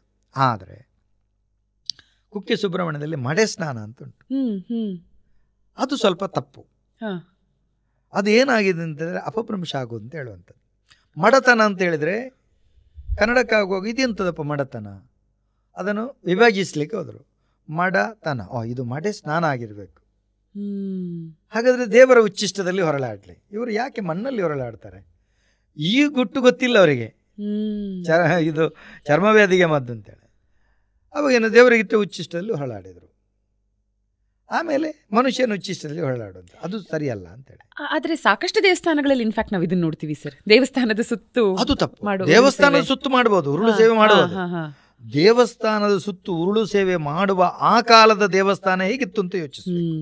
ಆ ಕಾಲದ ದೇವಸ್ಥಾನ ಹುತ್ತದ ಮಣ್ಣೆ ಇತ್ತು. ನೀವು ಹಾಕಿರುವಂಥ ಇಂಟರ್ಲಾಕ್ ಇರಲಿಲ್ಲ, ನೀವು ಹಾಕಿರುವಂಥ ಶಿಲಾ ಕಲ್ಲುಗಳಿರಲಿಲ್ಲ, ಮಾರ್ಬಲ್ಗಳಿರಲಿಲ್ಲ. ಮಣ್ಣಿನ ನೆಲದಲ್ಲಿ ಉರುಳು ದೇವಸ್ಥಾನದ ಸುತ್ತ ಉರುಳು ಸೇವೆ ಮಾಡಬೇಕಂತಿದ್ರೆ ಅದು ಮಣ್ಣೇ ಆಗಬೇಕು. ಮಣ್ಣಲ್ಲೇ ಉರುಳು ಸೇವೆ ಮಾಡಿದರೆ ಆ ಉರುಳು ಸೇವೆ ಅದು ಸಲ್ಲೋದು. ಇಲ್ಲದ್ರೆ ಉರುಳು ಸೇವೆ ಅಂತ ಆಗೋದಿಲ್ಲ. ಈಗ ಮಾಡಿದರೆ ಅದು ಚರ್ಮ ಜಾರಿಸುವ ಸೇವೆ ಆಗ್ತದೆ. ಕಾಂಕ್ರೀಟಿನ ಮೇಲೆ ಮಾಡಿದರೆ ಚರ್ಮಕ್ಕೆ ಹೋಗೋದಲ್ವಾ, ಚರ್ಮ ವ್ಯಾಧಿ ನಿವಾರಣೆಗಿಂತ ಜಾಸ್ತಿ ಇದು ಆ ರೀತಿ ಆಗುವಂಥದ್ದು. ಆದ್ದರಿಂದ ಇಲ್ಲಿ ಸರ್ಪವನ್ನು ನಾಗನ ಸ್ವರೂಪದಲ್ಲಿ ಕಂಡು ಸರ್ಪ ಯಾವ ರೀತಿ ನಮಗೆ ಮನುಷ್ಯನಿಗೆ ಹಿತಕಾರಿಯ, ಅದಕ್ಕೆ ಹೇಳುವಂಥದ್ದು ಸರ್ಪಕ್ಕೆ ಹಲ್ಲಲ್ಲಿ ವಿಷ, ಮನುಷ್ಯನಿಗೆ ಶರೀರದಲ್ಲಿ ವಿಷ ಅಂತ ಹೇಳುವಂಥದ್ದು ಪೂರ್ತಿ ಅಂತ ಹೇಳುವಂಥದ್ದು. ಯಾಕಂತೇಳಿ ಆ ಗುಣವನ್ನು ಮನುಷ್ಯ ತುಳುನಾಡಿನವ ಸ್ವೀಕರಿಸ್ತಾನೆ, ಕೆಟ್ಟದ್ದನ್ನು ಒಳ್ಳೆಯದಾಗಿ ಪರಿವರ್ತಿಸ್ತಾನೆ. ಯಾವುದು ಸಮಸ್ಯೆ ಉಂಟು ಆ ಸಮಸ್ಯೆ ವಿರುದ್ಧ ಹೋಗುವುದಲ್ಲ, ಸಮಸ್ಯೆಯನ್ನು ನೇರವಾಗಿ ಎದುರಿಸುವಂಥದ್ದು, ಅದನ್ನು ಮೌಲ್ಯ ಕೊಟ್ಟು ಸ್ವೀಕರಿಸುವಂಥ, ಅದನ್ನು ಮೌಲ್ಯಯುತವಾಗಿ ಬಳಕೆ ಮಾಡಿಕೊಳ್ಳುವಂಥದ್ದೊಂದು ಗುಣ ಇದ್ದದ್ರಿಂದ ತುಳುನಾಡು ಅಷ್ಟು ಶ್ರೇಷ್ಠ ಆರಾಧನೆ ಕಾರಣ. ಸರ್, ಇಂಥ ತುಳುನಾಡಿನ ಬಗ್ಗೆ ನಾವುಗಳು ತಿಳ್ಕೊಳ್ಳೇಬೇಕಾಗಿರುವಂಥ ಒಂದಷ್ಟು ಕಥೆಗಳೇನಾದರೂ ಇದೆಯಾ? ಕಥೆ ಅಂತ ಯಾಕೆ ಹೇಳ್ತಾ ಇದ್ದೀನಿ ಅಂದರೆ, ಒಂದಷ್ಟು ವಿಷಯಗಳನ್ನು, ಒಂದಷ್ಟು ವಿಚಾರಗಳನ್ನು ಜನರಿಗೆ ನಾವು ಹೇಗೆ ತಿಳಿಸ್ತೀವಿ, ಒಂದು ಚಿಕ್ಕ ಮಗುವಿಗೂ ಅರ್ಥ ಆಗೋ ಹಾಗೆ ಹೇಳಬೇಕಂದ್ರೆ ಅದನ್ನ ಕಥೆ ರೂಪದಲ್ಲಿ ಹೇಳ್ತೀವಿ, ಅರ್ಥ ಆಗಲಿ ಅಂತ. ಹಾಗೆ ನಾವು ನಿಮ್ಮ ನಾಡಿನ ಸಂಸ್ಕೃತಿಯನ್ನು ಅರ್ಥ ಮಾಡ್ಕೊಳ್ಳೋದಕ್ಕೆ ಬೇಕಾಗಿರೋ ಮೂಲ ಕಥೆ ಅಥವಾ ಒಂದು 2-3 ಕಥೆಗಳು ಇದನ್ನು ತಿಳ್ಕೊಬೇಕು ಎಲ್ಲರೂ ಅನ್ನುವಂಥದ್ದು ಇದೆಯಾ? ಖಂಡಿತ. ಇಲ್ಲಿನ ತುಂಬ ಪಾರ್ಧನಗಳಿದ್ದಾವೆ, ತುಂಬ ಗದ್ದೆ ಹಾಡುಗಳಿದ್ದಾವೆ, ಸೋಬಾಣೆ ಪದಗಳಿದ್ದಾವೆ ತುಳುವಿನಲ್ಲಿ, ಒಂದು ಪ್ರಕೃತಿಯನ್ನು ವರ್ಣಿಸುವಂಥ ಹಾಡುಗಳಿದ್ದಾವೆ. ಅದನ್ನೆಲ್ಲ ಅಲ್ಲಿ ಹೋಗಿ ನೋಡಬೇಕು. ಒಂದು ಎಣೆಲು, ಸುಗ್ಗಿ, ಕೊಳಕೆ ಅಂತ 3 ಬೆಳೆ ಆಗ್ತದೆ.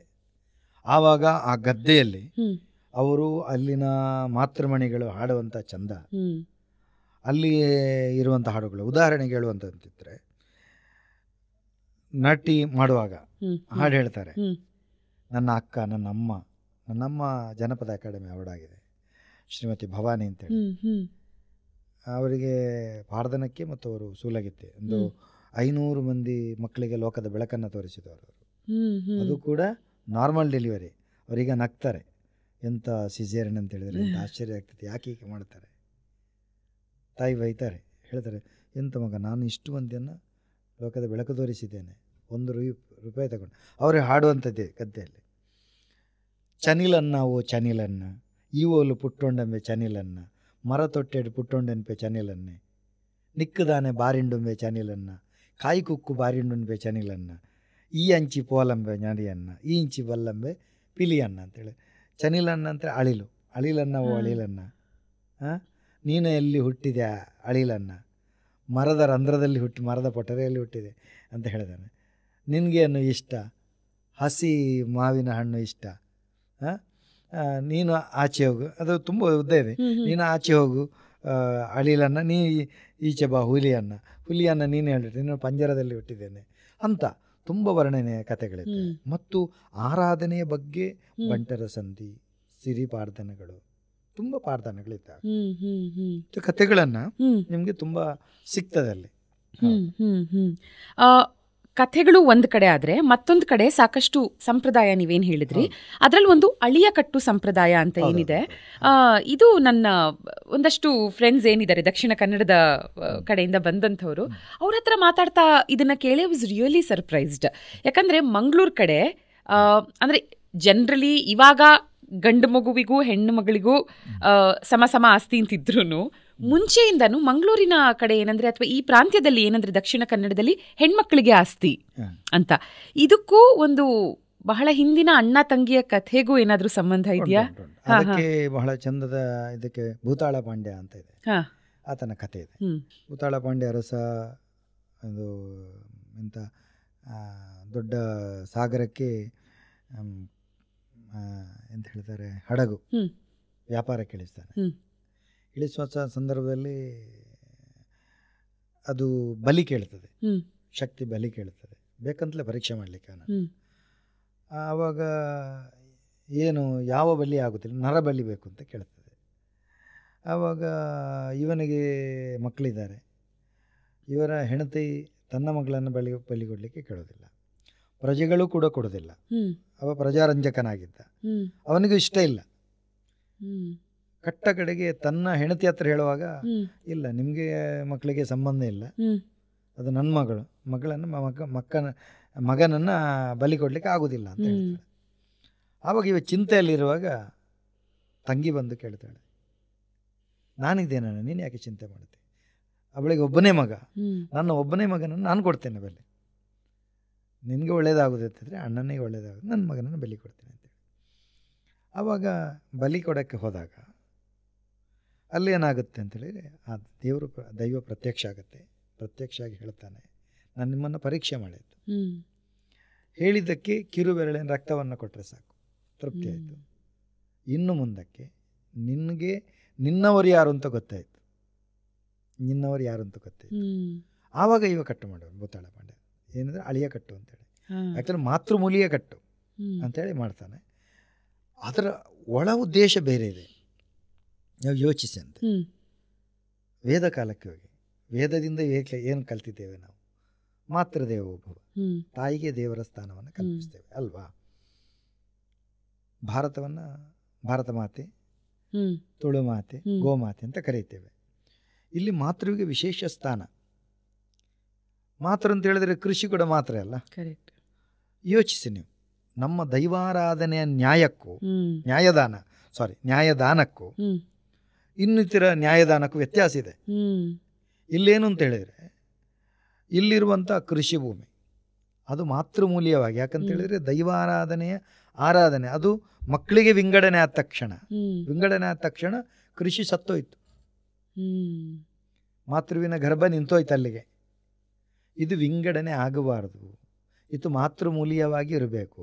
ಅಂದರೆ ಮಾತೃ ಯಾರು ಅಂತೇಳಿ ದೈವಾರಾಧನೆ, ಅದಕ್ಕೆ ಪೂರಕವಾಗಿ ಅದರಲ್ಲಿ ಏನು ಬೆಳೆದದ್ದ ಫಸಲೇನಿದೆ ಅದನ್ನು ಹಂಚಿ ತಿನ್ನಬೇಕು, ಈ ರೀತಿ ಆರಾಧನೆ.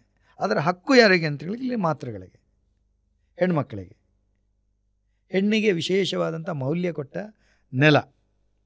ನಿರ್ಬಂಧಗಳು ಉಂಟು, ಆದರೆ ವಿಶೇಷವಾಗಿ ಮೌಲ್ಯ ಉಂಟು. ಎಷ್ಟು ದೊಡ್ಡ ಜಾತ್ರೆ ಉತ್ಸವ ಆದರೂ ಕೂಡ ದೈವಗಳಿಗೆ ಹಾಲು ಕೊಡುವ ಹಕ್ಕು ಯಾರಿಗೆ ಅಂತ ಕೇಳಿದರೆ ತಾಯಿಗೆ ಮಾತ್ರ, ಮಾತೃವಿಗೆ ಮಾತ್ರ. ಹಿರಿಯರಿಗೆ ಎಡೆಬಡಿಸುವ ಹಕ್ಕು ಯಾರಿಗೆ ಕೇಳಿದರೆ ಮಾತೃವಿಗೆ ಮಾತ್ರ, ಬೇರೆ ಯಾರಿಗೆ. ಇಂಥ ಪದ್ಧತಿ ನಮ್ಮ ನೆಲದಲ್ಲಿ ಇದೆ.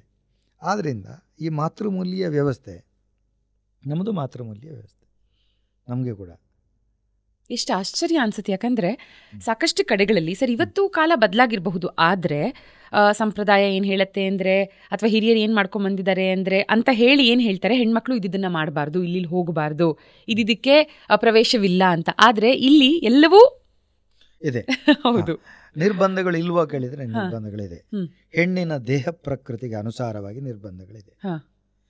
ಯಾಕಂತ ಹೇಳಿದ್ರೆ ನಾವು ಹೇಳ್ಬೋದು ಹೆಣ್ಣು ಗಂಡು ಸಮಾನ ಅಂತೇಳಿ. ಆದರೆ ಕೆಲವು ಕ್ಷೇತ್ರಗಳಲ್ಲಿರುವಂಥ ಅಲ್ಲಿನ ಆರಾಧನೆಗೆ ಪೂರಕ ವ್ಯವಸ್ಥೆಗಳನ್ನು ನಾವು ಗೌರವಿಸಬೇಕು. ಈಗ ನೋಡಿ, ಒಂದು ಧರ್ಮಕ್ಕೆ ಹಂದಿ ಆಗೋದಿಲ್ಲ, ಒಂದು ಧರ್ಮಕ್ಕೆ ಗೋ ಆಗೋದಿಲ್ಲ, ಗೋ ಹತ್ಯೆ ನಿಷೇಧ, ಒಂದು ಧರ್ಮಕ್ಕೆ ಹಂದಿ ನಿಷೇಧ ಅಲ್ವಾ? ಅದನ್ನು ಒಪ್ಪಿಕೊಳ್ಬೇಕು ಅಂತೇಳಿ. ಅವರವರ ಭಾವಕ್ಕೆ ಅವರವರ ಭಕ್ತಿಗೆ ಅದನ್ನು ವಿರೋಧಿಸಲಿಕ್ಕಿಲ್ಲ. ಹಾಗಿರುವಾಗ ಈ ನೆಲದಲ್ಲಿ ಅಮೆ ಮತ್ತು ಸೂತಕಗಳು ಬಹಳ ಪ್ರಾಮುಖ್ಯ. ಹೆತ್ತ ಸೂತಕ, ಸತ್ತ ಅಮೆ, ಸತ್ತ ಸೂತಕ, ಹೆತ್ತ ಅಮೆ, ಹೆತ್ತದಕ್ಕೆ ಅಮೆ ಅಂತ ಹೇಳುವಂಥದ್ದು, ಅದು ನಿಷೇಧಗಳು ಬಹಳ ಪ್ರಾಮುಖ್ಯ. ಮತ್ತು ತಿಂಗಳಿನ ಮುಟ್ಟು, ಅದು ನಮ್ಮ 5 ದಿವಸ ಈ ನಿಷೇಧ ಅದಿದೆ. ಅದು ಈಗ ವೈಜ್ಞಾನಿಕ ನೋಡೋಕೆ ಎಷ್ಟು ಸರಿ ಅದಿದ್ದ ಪ್ರಶ್ನೆ ಇನ್ನೊಂದು ವಿಭಾಗ. ಆದರೆ ನಮ್ಮಲ್ಲಿ ಅನಾಚೂನವಾಗಿ ಆಚರಣೆ ನಡೆದುಕೊಂಡು ಬಂದಿದೆ, ಅದನ್ನು ಒಪ್ಪಿಕೊಂಡು ಬಂದಿದೆ. ಆ ಸಂದರ್ಭದಲ್ಲಿ ಮಾತ್ರ ನಿಷೇಧ. ಮತ್ತು ಕೆಲವು ತೇರೆಳೆಯಲಿಕ್ಕಿಲ್ಲ ಹೆಣ್ಮಕ್ಕಳು, ಯಾಕಿಲ್ಲ? ಅದು ಒಂದು ವೇಳೆ ಅಲ್ಲಿನ ಪರಿಸ್ಥಿತಿಗೆ ಯಾವ ಕ್ಷಣದಲ್ಲಿ ಅವರಿಗೆ ಮುಟ್ಟಾಗ್ತದೆ ಹೇಳಲಿಕ್ಕಾಗೋದಿಲ್ಲ. ಆ ಕಾರಣಕ್ಕೋಸ್ಕರ ಅವರಿಗೆ ಕಷ್ಟದ ಕೆಲಸಗಳನ್ನು ಕೊಡಲಿಕ್ಕಿಲ್ಲ. ಕಷ್ಟದ ಕೆಲಸಗಳೇನಿದೆ ಅದು ಗಂಡು ಮಕ್ಕಳು ಮಾಡಬೇಕು. ಸುಲಭದ ಹೂ ಕೊಡುವಂಥದ್ದು ಏನಿದೆ, ಹಾಲು ಕೊಡುವಂಥದ್ದು ಏನಿದೆ, ಅಂಥದ್ದೆಲ್ಲ ಹೆಣ್ಮಕ್ಕಳಿಗೆ. ಮೌಲ್ಯಯುತವಾದ ಕೆಲಸಗಳು ಹೆಣ್ಮಕ್ಕಳಿಗೆ. ಕಷ್ಟದ್ದೇನಿದೆ ಅದೆಲ್ಲ ಗಂಡು ಮಕ್ಕಳಿಗೆ ವ್ಯವಸ್ಥೆ ಮಾಡಿಕೊಂಡು ಬಂದಿರುವಂಥ ವ್ಯವಸ್ಥೆ. ದೊಡ್ಡ ಕಷ್ಟದ ದರ್ಶನಗಳು, ನೇಮ ಕಟ್ಟುವಂಥದ್ದು, ಇಂಥದ್ದೆಲ್ಲ ಹೆಣ್ಮಕ್ಕಳಿಗೆಲ್ಲ. ಈಗ ನಮ್ಮ ಸಮುದಾಯದಲ್ಲೂ ನೇಮ ಕಟ್ಟಲಿಕ್ಕೆ ನಾವು, ಇನ್ನುಳಿದ ಆಚರಣೆಗಳಿಗೆ ಅವರು, ಅವರ ದೇಹ ಪ್ರಕೃತಿಗೆ ಅನುಸಾರವಾಗಿ ಈ ವ್ಯವಸ್ಥೆ.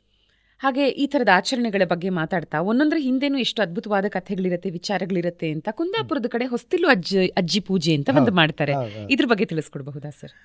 ನನಗೆ ಅದರ ಬಗ್ಗೆ ಪೂರ್ತಿ ಗೊತ್ತಿಲ್ಲ, ಆದರೆ ಕೂಡ ಅದು ಆಷಾಢ ಕಳೆದು ಶ್ರಾವಣ ಬಂದಾಗ ಮಾಡುವಂಥ ಪದ್ಧತಿ ಇರಬಹುದು. ಅಂದರೆ ಅವರು ಹಳೆಯದನ್ನು ಓಡಿಸುವಂಥದ್ದು, ಹೊಸದನ್ನು ಸ್ವೀಕರಿಸುವಂಥದ್ದು ಪದ್ಧತಿ ಇದೆ. ಅಜ್ಜಿಯನ್ನ ಮನೆಯ ಒಂದು ಹುಡುಗನನ್ನು ಅಜ್ಜಿಯ ವೇಷ ಹಾಕ್ಕೊಂಡು ಅವನಿಗೆ ಅದನ್ನು ತಿಂಡಿ ಕೊಟ್ಟು ಅವರು ಓಡಿಸುವಂಥ ಪದ್ಧತಿ ಇದೆ. ನಮ್ಮಲ್ಲಿ ಆ ಆಚರಣೆ ಇಲ್ಲ. ಕುಂದಾಪುರದ ಆಚೆ ಇದೆ, ಗೊತ್ತಿಲ್ಲ. ನಮ್ಮಲ್ಲಿ ಬೇರೆ ಆಚರಣೆ ಇದೆ. ನಮ್ಮಲ್ಲಿ ಆಟಿ ಪಿದಾಯಿ ಬಾಡ್ನು ಅಂತೇಳಿ, ಅಂದರೆ ಆಟಿ ನಮಗೆ ಬಹಳ ಕಷ್ಟದ ದಿನಗಳು. ಈಗ ಆಟಿ, ಮೊನ್ನೆ ಸಂಕ್ರಾಂತಿ ಆಟಿ, ಕಷ್ಟ ದಿನಗಳು. ಇಲ್ಲಿನ ಎಲ್ಲ ಕಸಬರಿಕೆಗಳೆಲ್ಲ ನಿರ್ಮಲ ಮಾಡಿ ಶ್ರಾವಣಕ್ಕೆ ಸೋಣ ಅಂತ ಹೇಳ್ತೇವೆ, ಅದನ್ನು ಸ್ವೀಕಾರ, ಅದು ದೇವರ ತಿಂಗಳು ಅಂತ ಹೇಳ್ತೇವೆ. ಅದಕ್ಕಾಗಿ ಇದು ಎಲ್ಲವನ್ನು ಕಟ್ಟಿ ಅದನ್ನು ಹೊರಗೆ ಹಾಕಿ ಆಟಿಯನ್ನು ಒಳಗೆ ಹೊರಗೆ ಕಳಿಸಿ ಶ್ರಾವಣವನ್ನು ಸ್ವೀಕರಿಸುವಂಥ ಕ್ರಮ ಇದೆ ನಮ್ಮಲ್ಲಿ. ಆ ಪದ್ಧತಿ ಇದೆ.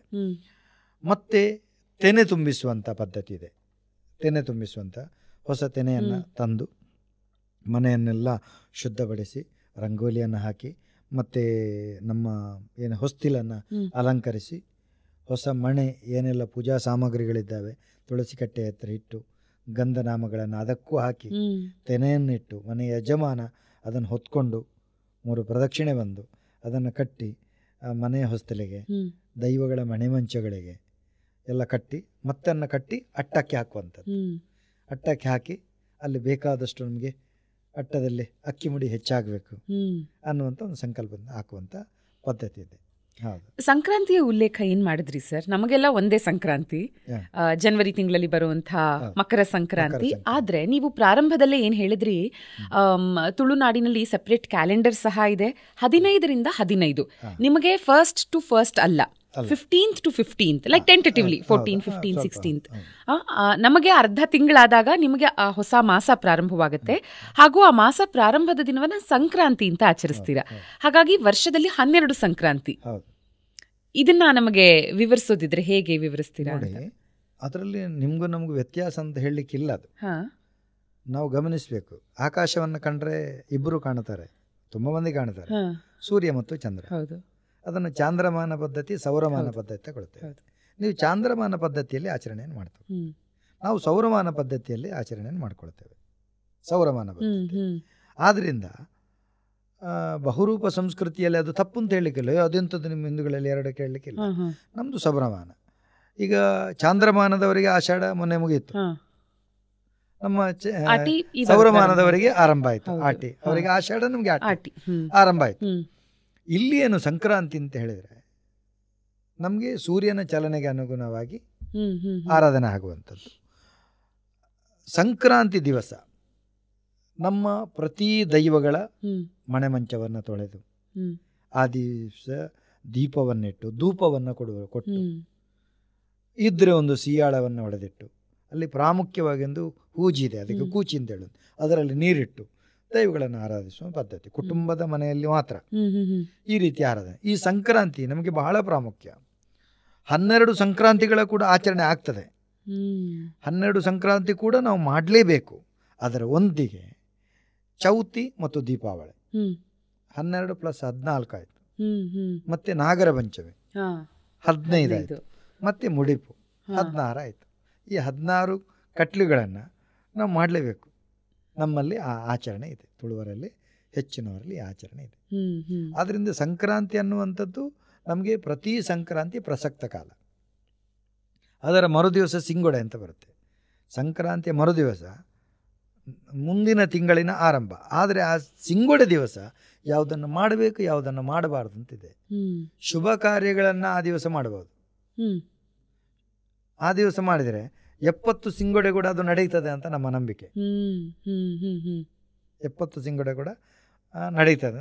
ಆದ್ದರಿಂದ ಅಶುಭ ಕಾರ್ಯಗಳನ್ನು ಮಾಡೋದಿಲ್ಲ, ಅಂಥದ್ದು 70 ನಡೀಬಾರ್ದು ಇಂಥದ್ದೆಲ್ಲ ಇರುತ್ತೆ. ಅದು ನಂಬಿಕೆಗಳು ವಾಡಿಕೆಯಲ್ಲೇ ಬಂದಿರೋದು. ಆದ್ದರಿಂದ ಸಂಕ್ರಾಂತಿ ದಿವಸದ ಆರಾಧನೆ ನಮ್ದು ಈ ರೀತಿಯ ಪದ್ಧತಿಯಲ್ಲಿ ಹೌದು, ದೈವಗಳ ಮತ್ತು ದೇವರ ಆರಾಧನೆಗಳು ಬರುತ್ತೆ. ಹಾಗೆ ಮತ್ತೊಂದು ಆಚರಣೆ ಅಂದ್ರೆ ಕಲೆಗೆ ಇದನ್ನ ನಾವು ಹೋಲಿಸಬಹುದು. ಯಾಕಂದ್ರೆ ಹುಲಿವೇಷ ಅಥವಾ ಪಿಲಿವೇಷ ಇದೊಂದು ಅದ್ಭುತವಾದ ಕಲೆ. ಕಲೆಯ ಜೊತೆಗೆ ಇದರಲ್ಲಿ ಸಂಸ್ಕೃತಿನೂ ಇದೆ. ಅದ್ರ ಬಗ್ಗೆ ನಮಗೆ ತಿಳಿಸ್ಕೊಡೋದಿದ್ರೆ, ಯಾಕಂದ್ರೆ ವಿಶೇಷವಾಗಿ ಈ ಸಮಯದಲ್ಲಿ ಅಂದ್ರೆ ಕೃಷ್ಣ ಜನ್ಮಾಷ್ಟಮಿ ಸಮಯದಲ್ಲಿ, ದಸರಾ ಸಮಯದಲ್ಲಿ ಹೆಚ್ಚಾಗಿ ನೋಡ್ತೀವಿ ನಾವು ಇದನ್ನ. ಇದರ ಇತಿಹಾಸ ಹೇಳಬಹುದಾ ಸರ್? ನೋಡಿ, ಬಹಳ ಚಂದ. ಈಗ ಇದರಲ್ಲಿ ಒಂದು ವಿಷಯ ಬಾಕಿ ಆಯಿತು. ಸಂಕ್ರಾಂತಿಯಲ್ಲಿ ನಮ್ಮದು ಕಾರ್ತಿಲ್ ಅಂತೇಳಿ, ಆಷಾಢಕ್ಕಿಂತ ಮುಂಚಿನ ಸಂಕ್ರಾಂತಿ, ಮೊನ್ನೆ ಸಂಕ್ರಾಂತಿ, ಅದಕ್ಕಿಂತ ಮೊದಲು ಕಾರ್ತಿಲ್ ತಿಂಗಳಂತ ಬರುತ್ತೆ. ಆ ಸಂಕ್ರಾಂತಿ ಹಾಗೆ ಬಾಗಿಲ ಹಾಕಿದರೆ ದೈವಗಳ ಪೂಜೆಗೆ, ಮತ್ತೆ ತೆಗೆಯೋದು ಶ್ರಾವಣ ಸಂಕ್ರಾಂತಿಗೆ. 1 ತಿಂಗಳು ದೈವಗಳಿಗೆ ಪೂಜೆ ಇಲ್ಲ, ಯಾವುದೇ ದೈವಗಳಿಗೆ ಕೋಲ ಇಲ್ಲ, ಯಾವುದೇ ತಂಬಿಲ ಇಲ್ಲ, ಏನು ಕೊಡ್ಲಿಕ್ಕಿಲ್ಲ. ಆ 1 ತಿಂಗಳು ಭೂತಗಳಿಗೆ ಮಾತ್ರ, ಅಂದ್ರೆ ನಮ್ಮ ಹಿರಿಯರಿಗೆ, ದೈವಗಳಿಗೆ ಸತ್ಯಗಳಿಗೆ ಆರಾಧನೆ ಇಲ್ಲ. ಆದ್ದರಿಂದ ಆ 1 ತಿಂಗಳು ಅವಧಿ ಹಿರಿಯರಿಗೆ ಮೀಸಲು. ಮತ್ತೆ ಈ ಹುಲಿವೇಷ ಅಂತ ಹೇಳಿದ್ರೆ ನಮ್ಮದು ನವರಾತ್ರಿಗೆ ಬರುವಂಥದ್ದು. ಅದಕ್ಕಿಂತ ಮೊದಲು ಹುಲಿವೇಷ ಇರಲಿಲ್ಲ. ಆದಿಯಲ್ಲಿ ನೋಡಿದ್ರೆ ನವರಾತ್ರಿಗೂ ಇರಲಿಲ್ಲ. ಅದು ಹೇಗೆ ಹುಟ್ಕೊಂಡಿತು? ನಮ್ಮದೊಂದು ಮಾರಿ ಕಳೆಯುವಂಥ ಪದ್ಧತಿ ಇದೆ, ಬೇರೆ ಬೇರೆ ಆಚರಣೆ. ಆಟಿ ತಿಂಗಳಲ್ಲಿ ಆಟಿ ಕಳಂಜ ಬಂದು ಮಾರಿ ಓಡಿಸುವಂಥದ್ದು, ಸೋಣಜೋಗಿ ಬಂದು ಸೋಣ ತಿಂಗಳಲ್ಲಿ ಮಾರಿ ಓಡಿಸುವಂಥದ್ದು, ಇಂಥದ್ದೆಲ್ಲ ಪದ್ಧತಿ. ಅದರಲ್ಲಿ ಪಿಲಿಪಂಜಿನಲಿಕೆ ಅಂತಿದೆ, ಹುಲಿ ಮತ್ತು ಹಂದಿಯ ಕುಣಿತ. ಅದು ಯಾವ ರೀತಿ ಅಂತ, ಈ ರೀತಿಯ ಬಣ್ಣಗಳೆಲ್ಲ, ಹಾಳೆಯ ಮುಖವಾಡ, ಸೋಗೆಯ ಬಾಲ, ಮೈಯಲ್ಲಿ ಶೇಡಿಯ ಚಿಟ್ಟೆಗಳು, ಕರಿ ಚಿಟ್ಟೆಗಳನ್ನು ಹಾಕಿ ಬಿಳಿಯ ವಸ್ತ್ರದ ಕಚ್ಚವನ್ನು, ಚಿಕ್ಕ ಸೈಕಲ್ ಕಚ್ಚೆ ಅಂತೇಳಿ ಅದನ್ನು ಕಟ್ಟಿ ಕುಣಿಯುವಂಥದ್ದು ಪಿಲಿಪಂಜಿ ಕುಣಿತ. ಅದರಿಂದ ಪ್ರಣೀತವಾಗಿ ಹುಲಿವೇಷ ಬಂತು. ಹುಲಿಯನ್ನು ಮಾತ್ರ ಹೆಕ್ಕೆ ತೆಗೆದರು, ಹುಲಿ ಕುಣಿತ ಬಂತು. ಆಮೇಲೆ ಹುಲಿವೇಷಗೆ ವರ್ಣಗಳು ಎಲ್ಲ ಬೆಳೆಯಿತು. ಹುಲಿಯನ್ನು ಕಂಡು ಹುಲಿಯ ಬಣ್ಣವನ್ನೇ ಮಾಡಲಿಕ್ಕೆ ಹೊರಟರು. ಅದಕ್ಕೆ ಒಂದಷ್ಟು ಆರಾಧನೆಯ ಕಥೆಗಳನ್ನು ಜೋಡಿಸಿದರು. ನವರಾತ್ರಿಗೆ ಯಾಕೆ ತಗೊಂಡ್ರು? ದುರ್ಗೆಯ ವಾಹನ ಸಿಂಹವೋ ಹುಲಿಯೋ ಇದೆ. ಒಂದು ಅದಕ್ಕೆ ಪೂರಕವಾಗಿ ಒಂದು ಕತೆ ಬಂತು. ಒಂದು ಕ್ಷೇತ್ರದಲ್ಲಿ, ಮಂಗಳಾದೇವಿ ಕ್ಷೇತ್ರದಲ್ಲಿ, ಕೈಕಾಲು ಬರದೇ ಇರುವಂಥ ಒಂದು ಮಗುವನ್ನು ಹಿಡಿದು ತಾಯಿ ಒಂದು ಪ್ರಾರ್ಥನೆ ಮಾಡಿದ್ರು. ತಾಯಿ, ನನ್ನ ಮಗನಿಗೆ ಕೈಕಾಲು ಬಂದರೆ, ಗುಣಮುಖ ಆದರೆ, ನಿನ್ನ ರಥದ ಎದುರು ನನ್ನ ಮಗನನ್ನು ಡಬ್ಬಿಯ ತಾಸೆ ಬಡಿದು, ಡಬ್ಬಕ್ಕೆ ಬಡಿದು, ಮಣ್ಣಿನ ಬಣ್ಣದ ಚಿಟ್ಟೆ ಹಾಕಿ, ಕರ ಅಂತ ಹೇಳಿದ್ರೆ ಮಡಿಕೆ ಅಡಿಯ ಕರಿಯನ್ನು, ಕಪ್ಪನ್ನು ಹಾಕಿ, ಚಿಟ್ಟೆ ಹಾಕಿ, ಡಬ್ಬಿ ಬಡಿದು ತಾಸೆ ಬಡಿದು ನಾನು ಹುಲಿ ಕುಣಿಸ್ತೇನೆ ಅಂತ ಹರ ಕೇಳ್ತಾಳಂತೆ. ತಾಯಿಯ ಪವಾಡನೋ ಈ ತಾಯಿಯ ಯೋಗನೋ ಮಗು ಗುಣ ಆಯಿತು. ಮಗುವನ್ನು ಆ ರೀತಿ ಕುಣಿಸ್ತೀವಿ. ಅಲ್ಲಿಂದ ಹುಲಿ ವೇಷ ಆರಂಭ ಆಯಿತು ಅನ್ನೋಂಥದ್ದು ಇನ್ನೊಂದು ಏನು ಹೇಳ್ತಾರೆ, ಮೌಖಿಕ ಕಥೆಗಳು ಬಂದಿರುವಂಥದ್ದು. ಆದರೆ ಇದಕ್ಕೆ ಮೂಲ ಯಾವುದು ಅಂತ ಕೇಳಿದರೆ ಪಿಲಿಪಂಜಿ ಕುಣಿತಗಳು ಅಲ್ಲಿಂದ ಬಂತು. ಆಮೇಲೆ ಏನಾಯಿತು, ಇದರಲ್ಲಿ ಹುಲಿಯ ಕುಣಿತಗಳು ಬೆಳವಣಿಗೆ ಆಯಿತು. ಹುಲಿಗೆ ಬಣ್ಣ ಹಾಕಬೇಕಂತಿದ್ರೆ ಕೈಯನ್ನು ಹೀಗೆ ಇಡಬೇಕು, ಸರಿ ಇಡಬೇಕು. ಅದಕ್ಕೆ ಊದು ಕೂಂತಿನಿ ಅಂತ ಒಂದು ಕಟ್ಟು ಬಂತು. ಅದಕ್ಕೆ ಒಂದು ಶಕ್ತಿಯನ್ನು ಪೂಜೆ ಮಾಡಲಿಕ್ಕೆ, ನಮ್ಮದು ಯಾವುದೇ ಪೂಜೆಯನ್ನು ಮಾಡುವುದಂತಿದ್ರೆ ತುಳು ನೆಲದಲ್ಲಿ ಅದೊಂದು ಅಡುಗೆ ಮಾಡುವುದಂತಿದ್ರೆ ಒಂದು ಸ್ವಸ್ತಿಕೆ ಇಡುವಂಥ ಕ್ರಮ ಇದೆ. ಗಣಪತಿ ದೇವಿನಿಂದ ಬೆರ್ಮೆರೆ ಸುತ್ತೆ ಅಂತ ಹೆಸರು. ಅದು ಎಲ್ಲ ನಮ್ಮಲ್ಲಿ ಗಣಪತಿಯನ್ನು ಕಾಣುವಂಥದ್ದು ಬಹಳ ಸರಳವಾಗಿ ಬಾಳೆ ಎಲೆ, ಒಂದು ಸೇರು ಅಕ್ಕಿ, ತೆಂಗಿನಕಾಯಿ, ವೀಳ್ಯದೆಲೆ, ಅಡಿಕೆ, ಒಂದು ಕಾಡಿನ ಹೂ, ತೋಡ ನೀರು, ಒಂದು 5 ಐನು ಬಣ ಅಂತೇಳಿ ಚಿಕ್ಕ ಹಣ, ಅದು ಇಟ್ಟರೆ ಮುಗೀತು, ನಮ್ಮ ಗಣಪತಿ ಆಯಿತು. ಇದನ್ನು ಇಟ್ಟು ಪೂಜೆ ಮಾಡುವಂಥ, ಈ ರೀತಿ ಇಡುವಾಗ ಹುಲಿಯ ಪರಿಕರಗಳನ್ನಿಟ್ಟು ಒಂದು ಪೂಜೆ ಮಾಡುವಂತೆ ಊದು ಪೂಜೆ ಅಂತ ಹೆಸರು. ಮೊದಲೆಲ್ಲ ಈ ಯಾಕೆ ಬೆಳೆಯಿತು ಅಂತ ಹೇಳಿದ್ರೆ ಇದಕ್ಕೆ ಒಂದು ಕಾರಣ ಇದೆ. ಇದನ್ನು ಅರ್ಥ ಮಾಡ್ಕೊಳ್ಳಿ.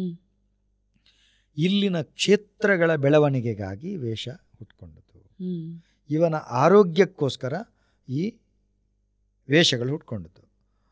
ನನ್ನ ಮಗನಿಗೆ ಈ ರೋಗ ಗುಣ ಆದರೆ, ನನ್ನ ಮಗನಿಗೆ ಇಂಥ ಸಮಸ್ಯೆ ಪರಿಹಾರ ಆದರೆ ನಾನು ನವರಾತ್ರಿಗೆ ವೇಷ ಹಾಕಿ ಕುಣಿಸ್ತೇನೆ.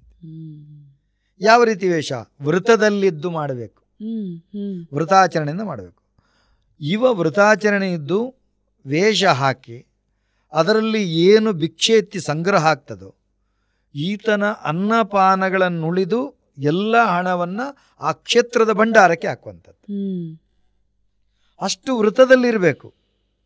ಹುಲಿವೇಷ ಹಾಕುವುದಂತಿದ್ರೂ ಕೂಡ ಹಾಗೆ ಆತ ವೃತದಲ್ಲಿದ್ದು ಅದನ್ನು ಹಸಿ ಮಡಲಲ್ಲಿ ಮಲಗಿ, ಇಲ್ಲ ನಮ್ಮಲ್ಲಿ ಒಂದು ರೆಚ್ಚೆ ಅಂತ ಬರುತ್ತೆ ಅಗಾಲ ಎಲೆ ಕೆಸುವಿನಾಗೆ, ಅದರಲ್ಲಿ ಎಲೆಯಲ್ಲಿ ಮಲಗಿ, ಯಾಕಂದರೆ ಅದು ಕೂಲ್ ಆಗ್ತದೆ, ಇದು ಹೀಟ್ ಇರ್ತದಲ್ಲ, ಎರಡಕ್ಕೂ ಅದರಲ್ಲಿ ಮಲಗಿ ವೃತಾಚರಣೆಯಿಂದ ಉಳಿದ ಹಣವನ್ನು ಆ ಕ್ಷೇತ್ರದ ಭಂಡಾರಕ್ಕೆ ಸಲ್ಲಿಸುವಂಥ ಪದ್ಧತಿ. ಆ ಮುಖೇನ ಆ ಕ್ಷೇತ್ರ ಬೆಳಗಿಸುವಂಥ ಒಂದು ವ್ಯವಸ್ಥೆ ಇತ್ತು.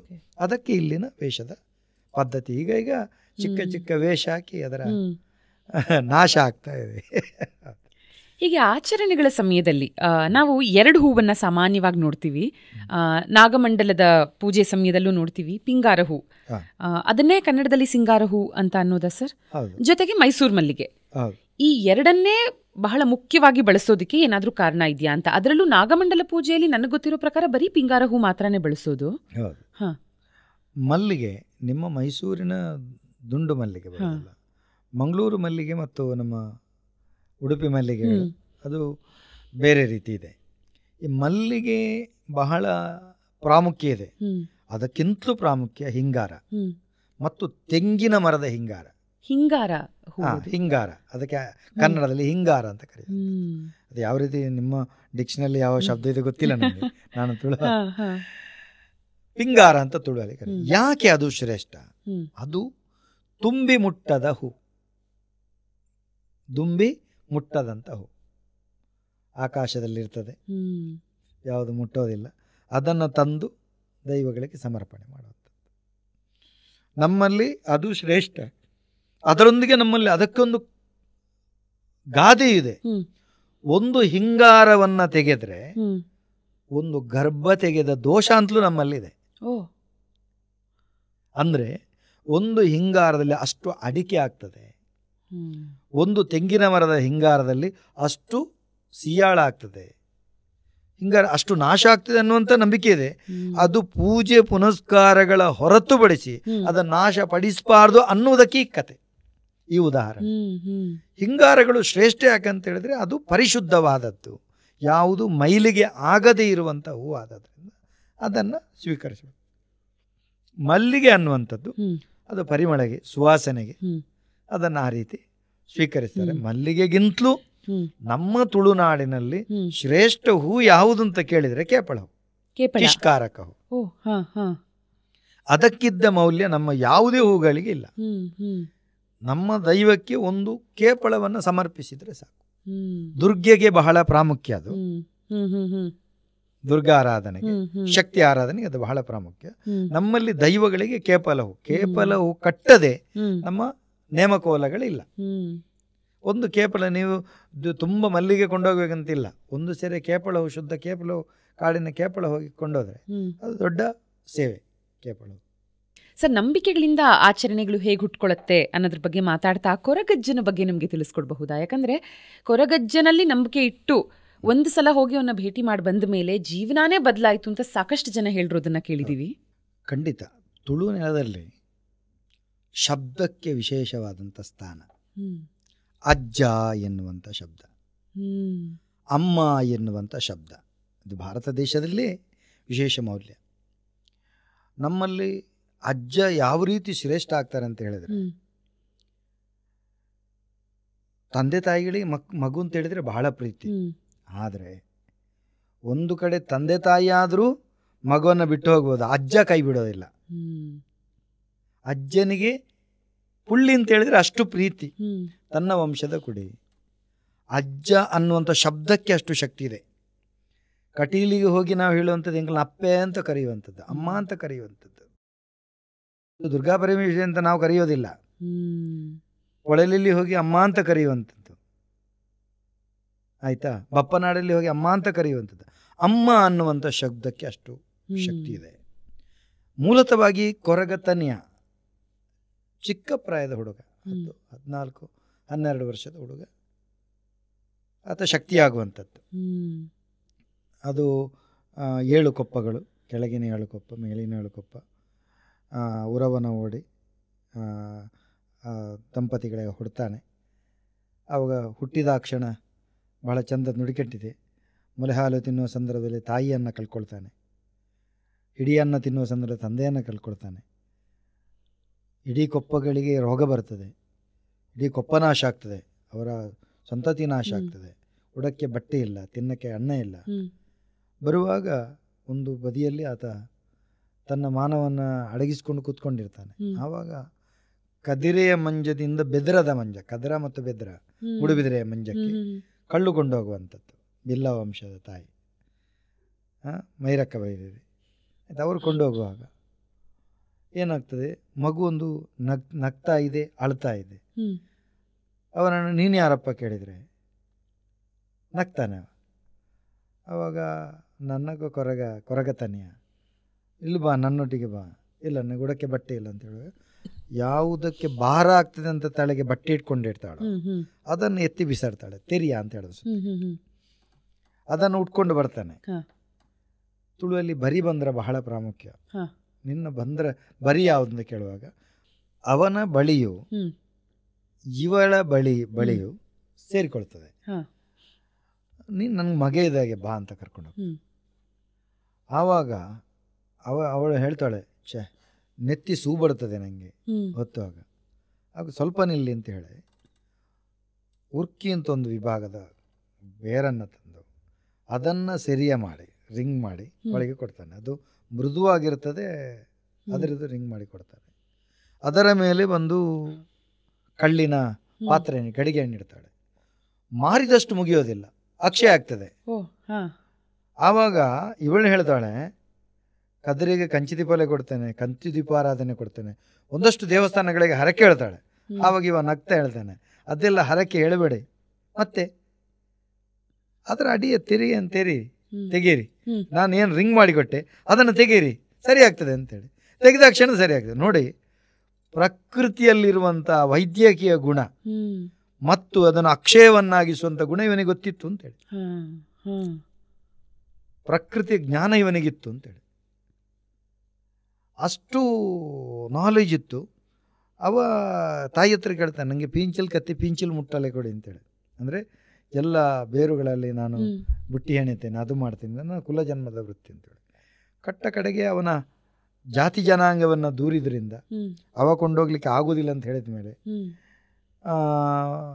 ಒಂದು ಕದ್ರೆ ದೇವಸ್ಥಾನಕ್ಕೆ ಅಲ್ಲ, ಮಾಡಪತಿ ಮೈಸಂದಾಯರಂಥ ದೈವಕ್ಷೇತ್ರಕ್ಕೆ ಹೊರೆಯನ್ನು, ಏಳಾಲ ಹೊರೆಯನ್ನು ಒಬ್ಬನೇ ಕೊಂಡೋಗ್ತಾನೆ. 7 ಮಂದಿ ಹೊರುವಂಥ ಹೊರೆಯನ್ನು ಒಬ್ಬನೇ ಕೊಂಡೋಗ್ತಾನೆ. ಕೊಂಡೋದಾಗ ಅವರು ಕೇಳ್ತಾರೆ, ನೀನು ಯಾರು? ಬೈಲಬಾಗುಡನೋ, ಓನಿಯ ಮುಗೇರನೋ, ಯಾರು ಬರುವ ಜನಾಂಗಿದೆ? ಅವಲ್ಲ, ನಾನು ಕೊರಗದನೆಯ, ನೀನು ಬರಲಿಕ್ಕಿಲ್ಲ, ಒಳಗೆ ಬರಲಿಕ್ಕಿಲ್ಲ ಅಂತ. ಅವಾಗ ಹೇಳ್ತಾನೆ, ನನ್ನ ಸಿರಿಸಿಯಾಳ ಆಗ್ತದೆ, ನಾನು ಆಗೋದಿಲ್ಲ. ಆವಾಗಲೇ ಪ್ರತಿಭಟಿಸ್ತಾನೆ. ಹೊರಗಿಂದ ಎಸೆದಂಥ ಇದನ್ನು ಒಳಾಂಗಣಕ್ಕೆ ಬೀಳುವಷ್ಟು ಶಕ್ತಿ ಇತ್ತು ಅವನಿಗೆ. ಹೊರಗೆ ಎಸೆಯುತ್ತಾನೆ. ಆಮೇಲೆ ಮಾಪಳದ ಹಣ್ಣಿನ ಮರ ಕಾಣುತ್ತದೆ ಅವನಿಗೆ. ಅದರಿಂದ ಈಗ ಚಂಡಿಕಾಯಿಗೆ ಅದು ಬಹಳ ಶ್ರೇಷ್ಠ.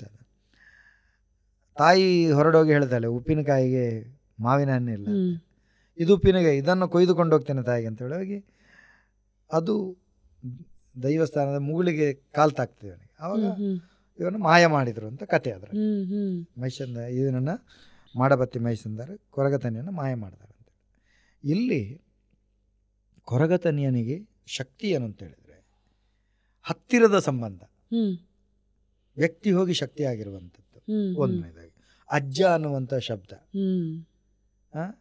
ಆ ಶಬ್ದ ಮೌಲ್ಯ ಮತ್ತು ನೀವು ಹೇಳುವಂಥದ್ದು ಯಾವತ್ತೂ ನೋಡಿ, ನಮ್ಮ ಹತ್ತಿರದವರಲ್ಲಿ ಇರುವಂಥ ಪ್ರೀತಿ, ನಮ್ಮೊಂದಿಗೆ ಇರುವಂಥ ಪ್ರೀತಿ ಬೇರೆಯವರಲ್ಲಿ ಇರೋದಿಲ್ಲ. ಕೊರಗತನಿಯ ದೈವ ಅಂತ ಹೇಳಿದರೆ ನಮಗೆ ನಮ್ಮ ಮನೆಯ ಶಕ್ತಿ ಇದ್ದಾಗೆ. ಅದನ್ನು ಅಷ್ಟು ಪವರ್ಫುಲ್, ಅದು ಅಷ್ಟು ಶಕ್ತಿ.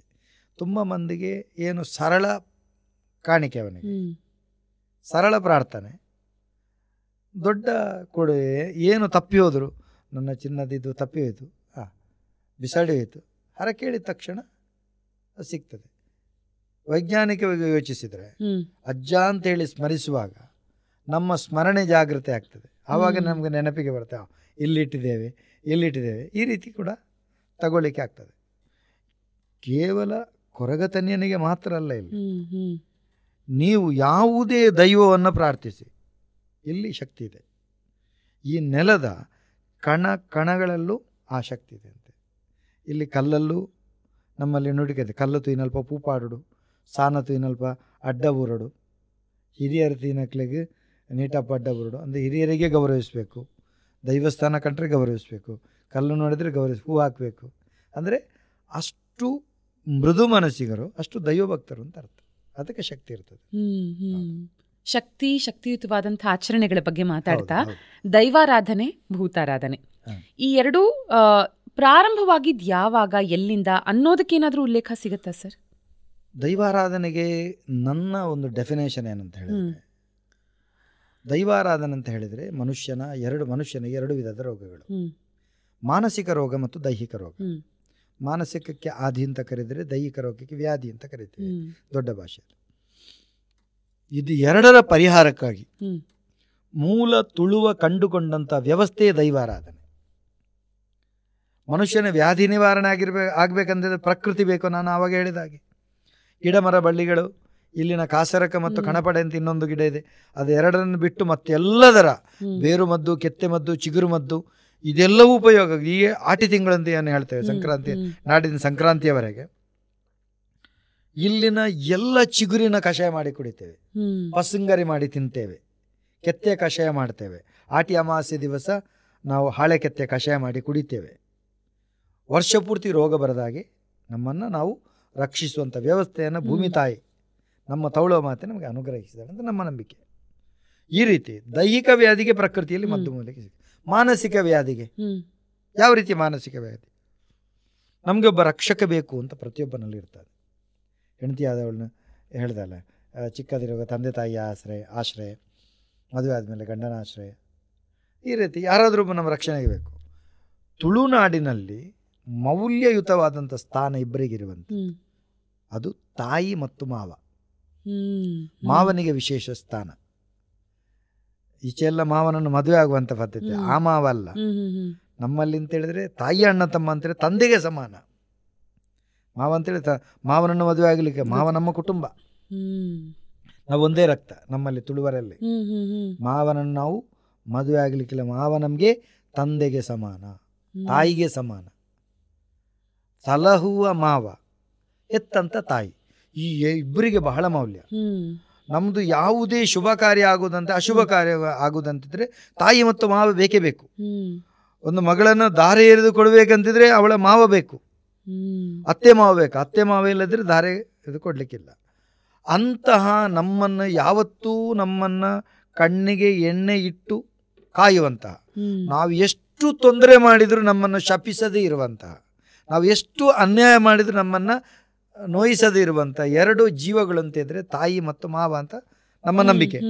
ಅವರು ನಮ್ಮನ್ನು ಬಿಟ್ಟು ಹೋದರೆ ಯಾರೂ ಇಲ್ಲ ಅಂತ ಆಗುವಾಗ ಅವ ಯೋಚಿಸ್ತಾನೆ, ನನಗೆ ಹೆತ್ತ ತಾಯಿಗೆ ಸಲಹುವಂಥ ಮಾವನಿಗೆ ಸಮಾನದ ಶಕ್ತಿ ಬೇಕು. ಆವಾಗ ಅವ್ಯಕ್ತವಾದಂಥ ಶಕ್ತಿಯನ್ನು ವ್ಯಕ್ತಪಡಿಸುವಂಥ ಪರಿಕಲ್ಪನೆಯನ್ನು ಆತ ಹುಟ್ಟು ಹಾಕ್ತಾನೆ. ಅದು ದೈವಾರಾಧನೆಗೆ ಪರಿವರ್ತನೆ ಆಗ್ತದೆ. ಯಾವ ರೀತಿ? ಪ್ರಕೃತಿಯಿಂದ ಕಂಡುಕೊಳ್ಳುತ್ತಾನೆ. ಆನೆದ ನುರ್ಕು, ಕುದುರೆದ ಸೊರ್ಕು, ಮೈರೆದ ನಲಿಕೆ, ಇಟ್ಟಿರಿ ಪಕ್ಕಿದ ಸೊರು ಅಂತೇಳಿ. ಆನೆಯ ನುಗ್ಗು, ಆನೆ ಯಾವ ರೀತಿ ನುಗ್ಗುತ್ತದೆ, ಕದಳಿವನನ್ನು ನಾಶ ಮಾಡುತ್ತದೆ. ಅಂಥ ನುಗ್ಗಿನ ಶಕ್ತಿವಂತ ಆಗಬೇಕು ನನ್ನನ್ನು ಕಾಯುವ. ಕುದುರೆಯ ಕೆನೆಯುವಂಥ ಶಕ್ತಿವಂತ ಆಗಿರಬೇಕು. ಆತ ನವಿಲಿನ ಹಾಗೆ ಗರಿಬಿಚ್ಚು ಕುಣಿಯುವವನಾಗಿರಬೇಕು. ಅದಕ್ಕೆ ಸ್ವರವನ್ನು ಸಂಯೋಜನೆ, ಟಿರಿ ಟಿರಿ ಅಂತ ಒಂದು ಹಕ್ಕಿ ಬರ್ತದೆ, ಅದರ ಸ್ವರವನ್ನು ಸಂಯೋಜಿಸಿ ಇಲ್ಲಿ ದೈವಾರಾಧನೆ ಉಗಮ ಆಯಿತು ಅಂತೇಳಿ ಇಲ್ಲಿನ ಜನಪದ ನುಡಿಕಟ್ಟಲ್ಲಿ ಬರ್ತದೆ. ಆ ರೀತಿ ದೈವಾರಾಧನೆ ಆರಂಭವಾಗಿ ಇಲ್ಲಿ ಸತ್ಯಾರಾಧನೆ, ಸತ್ಯವೇ ನಡೆಯಬೇಕು. ಸತ್ಯ ಕಾಪುಂಡು, ಸತ್ಯ ತೂಪುಂಡು, ಸತ್ಯ ನಡಪಾವುಂಡು, ಸತ್ಯ ಮೆರೆಪುಂಡು, ಸತ್ಯ ದೀಲೆಕ್ಕಾಪುಂಡು ಅಂತೇಳಿದರೆ ಸತ್ಯ ಕಾಯ್ತದೆ, ಸತ್ಯ ನೋಡ್ತದೆ ನಿನ್ನನ್ನು. ಸತ್ಯ ಇಟ್ಟ ಹಾಗೆ ಆಗಲಿ, ಸತ್ಯ ನಿನ್ನನ್ನು ಮೆರೆಸ್ತದೆ. ಅದು ಹೇಳ್ತಾರೆ, ಸತ್ಯನೇ ಗತಿ ಧರ್ಮನೇ ಜಯ. ಸತ್ಯಂ ವದ ಧರ್ಮಂ ಚರ ಅಂತ ಹೇಳೋದು ನಮ್ಮ ತುಳುವಲ್ಲಿ. ಸತ್ಯನೇ ಗತಿ ಧರ್ಮನೇ ಜಯ. ಎಲ್ಲದಕ್ಕೂ ಸತ್ಯವೇ ಮೂಲ. ಆ ಸತ್ಯವನ್ನ ತಾಯಿ ತಂದೆಯಾಗಿ ಒಂದು ಆ ರೀತಿ. ಮತ್ತೆ ಜಗತ್ತಿನಲ್ಲಿ ತಾಯಿ ಯಾವತ್ತು ಸತ್ಯ, ತಂದೆ ಅನ್ನುವಂಥದ್ದು ವಿಶ್ವಾಸ. ಈಗ ನೋಡಿ, ಮಾತೃಭಕ್ತಿ, ಪಿತೃಭಕ್ತಿ, ಆಚಾರ್ಯ ಭಕ್ತಿ ಅಂತ ಹೇಳ್ತೇವೆ.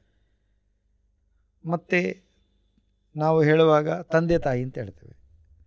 ಮತ್ತು ಇನ್ನೊಂದು ಹೇಳುವಾಗ ಗುರುಭಕ್ತಿ ಅಂತ ಹೇಳ್ತೇವೆ.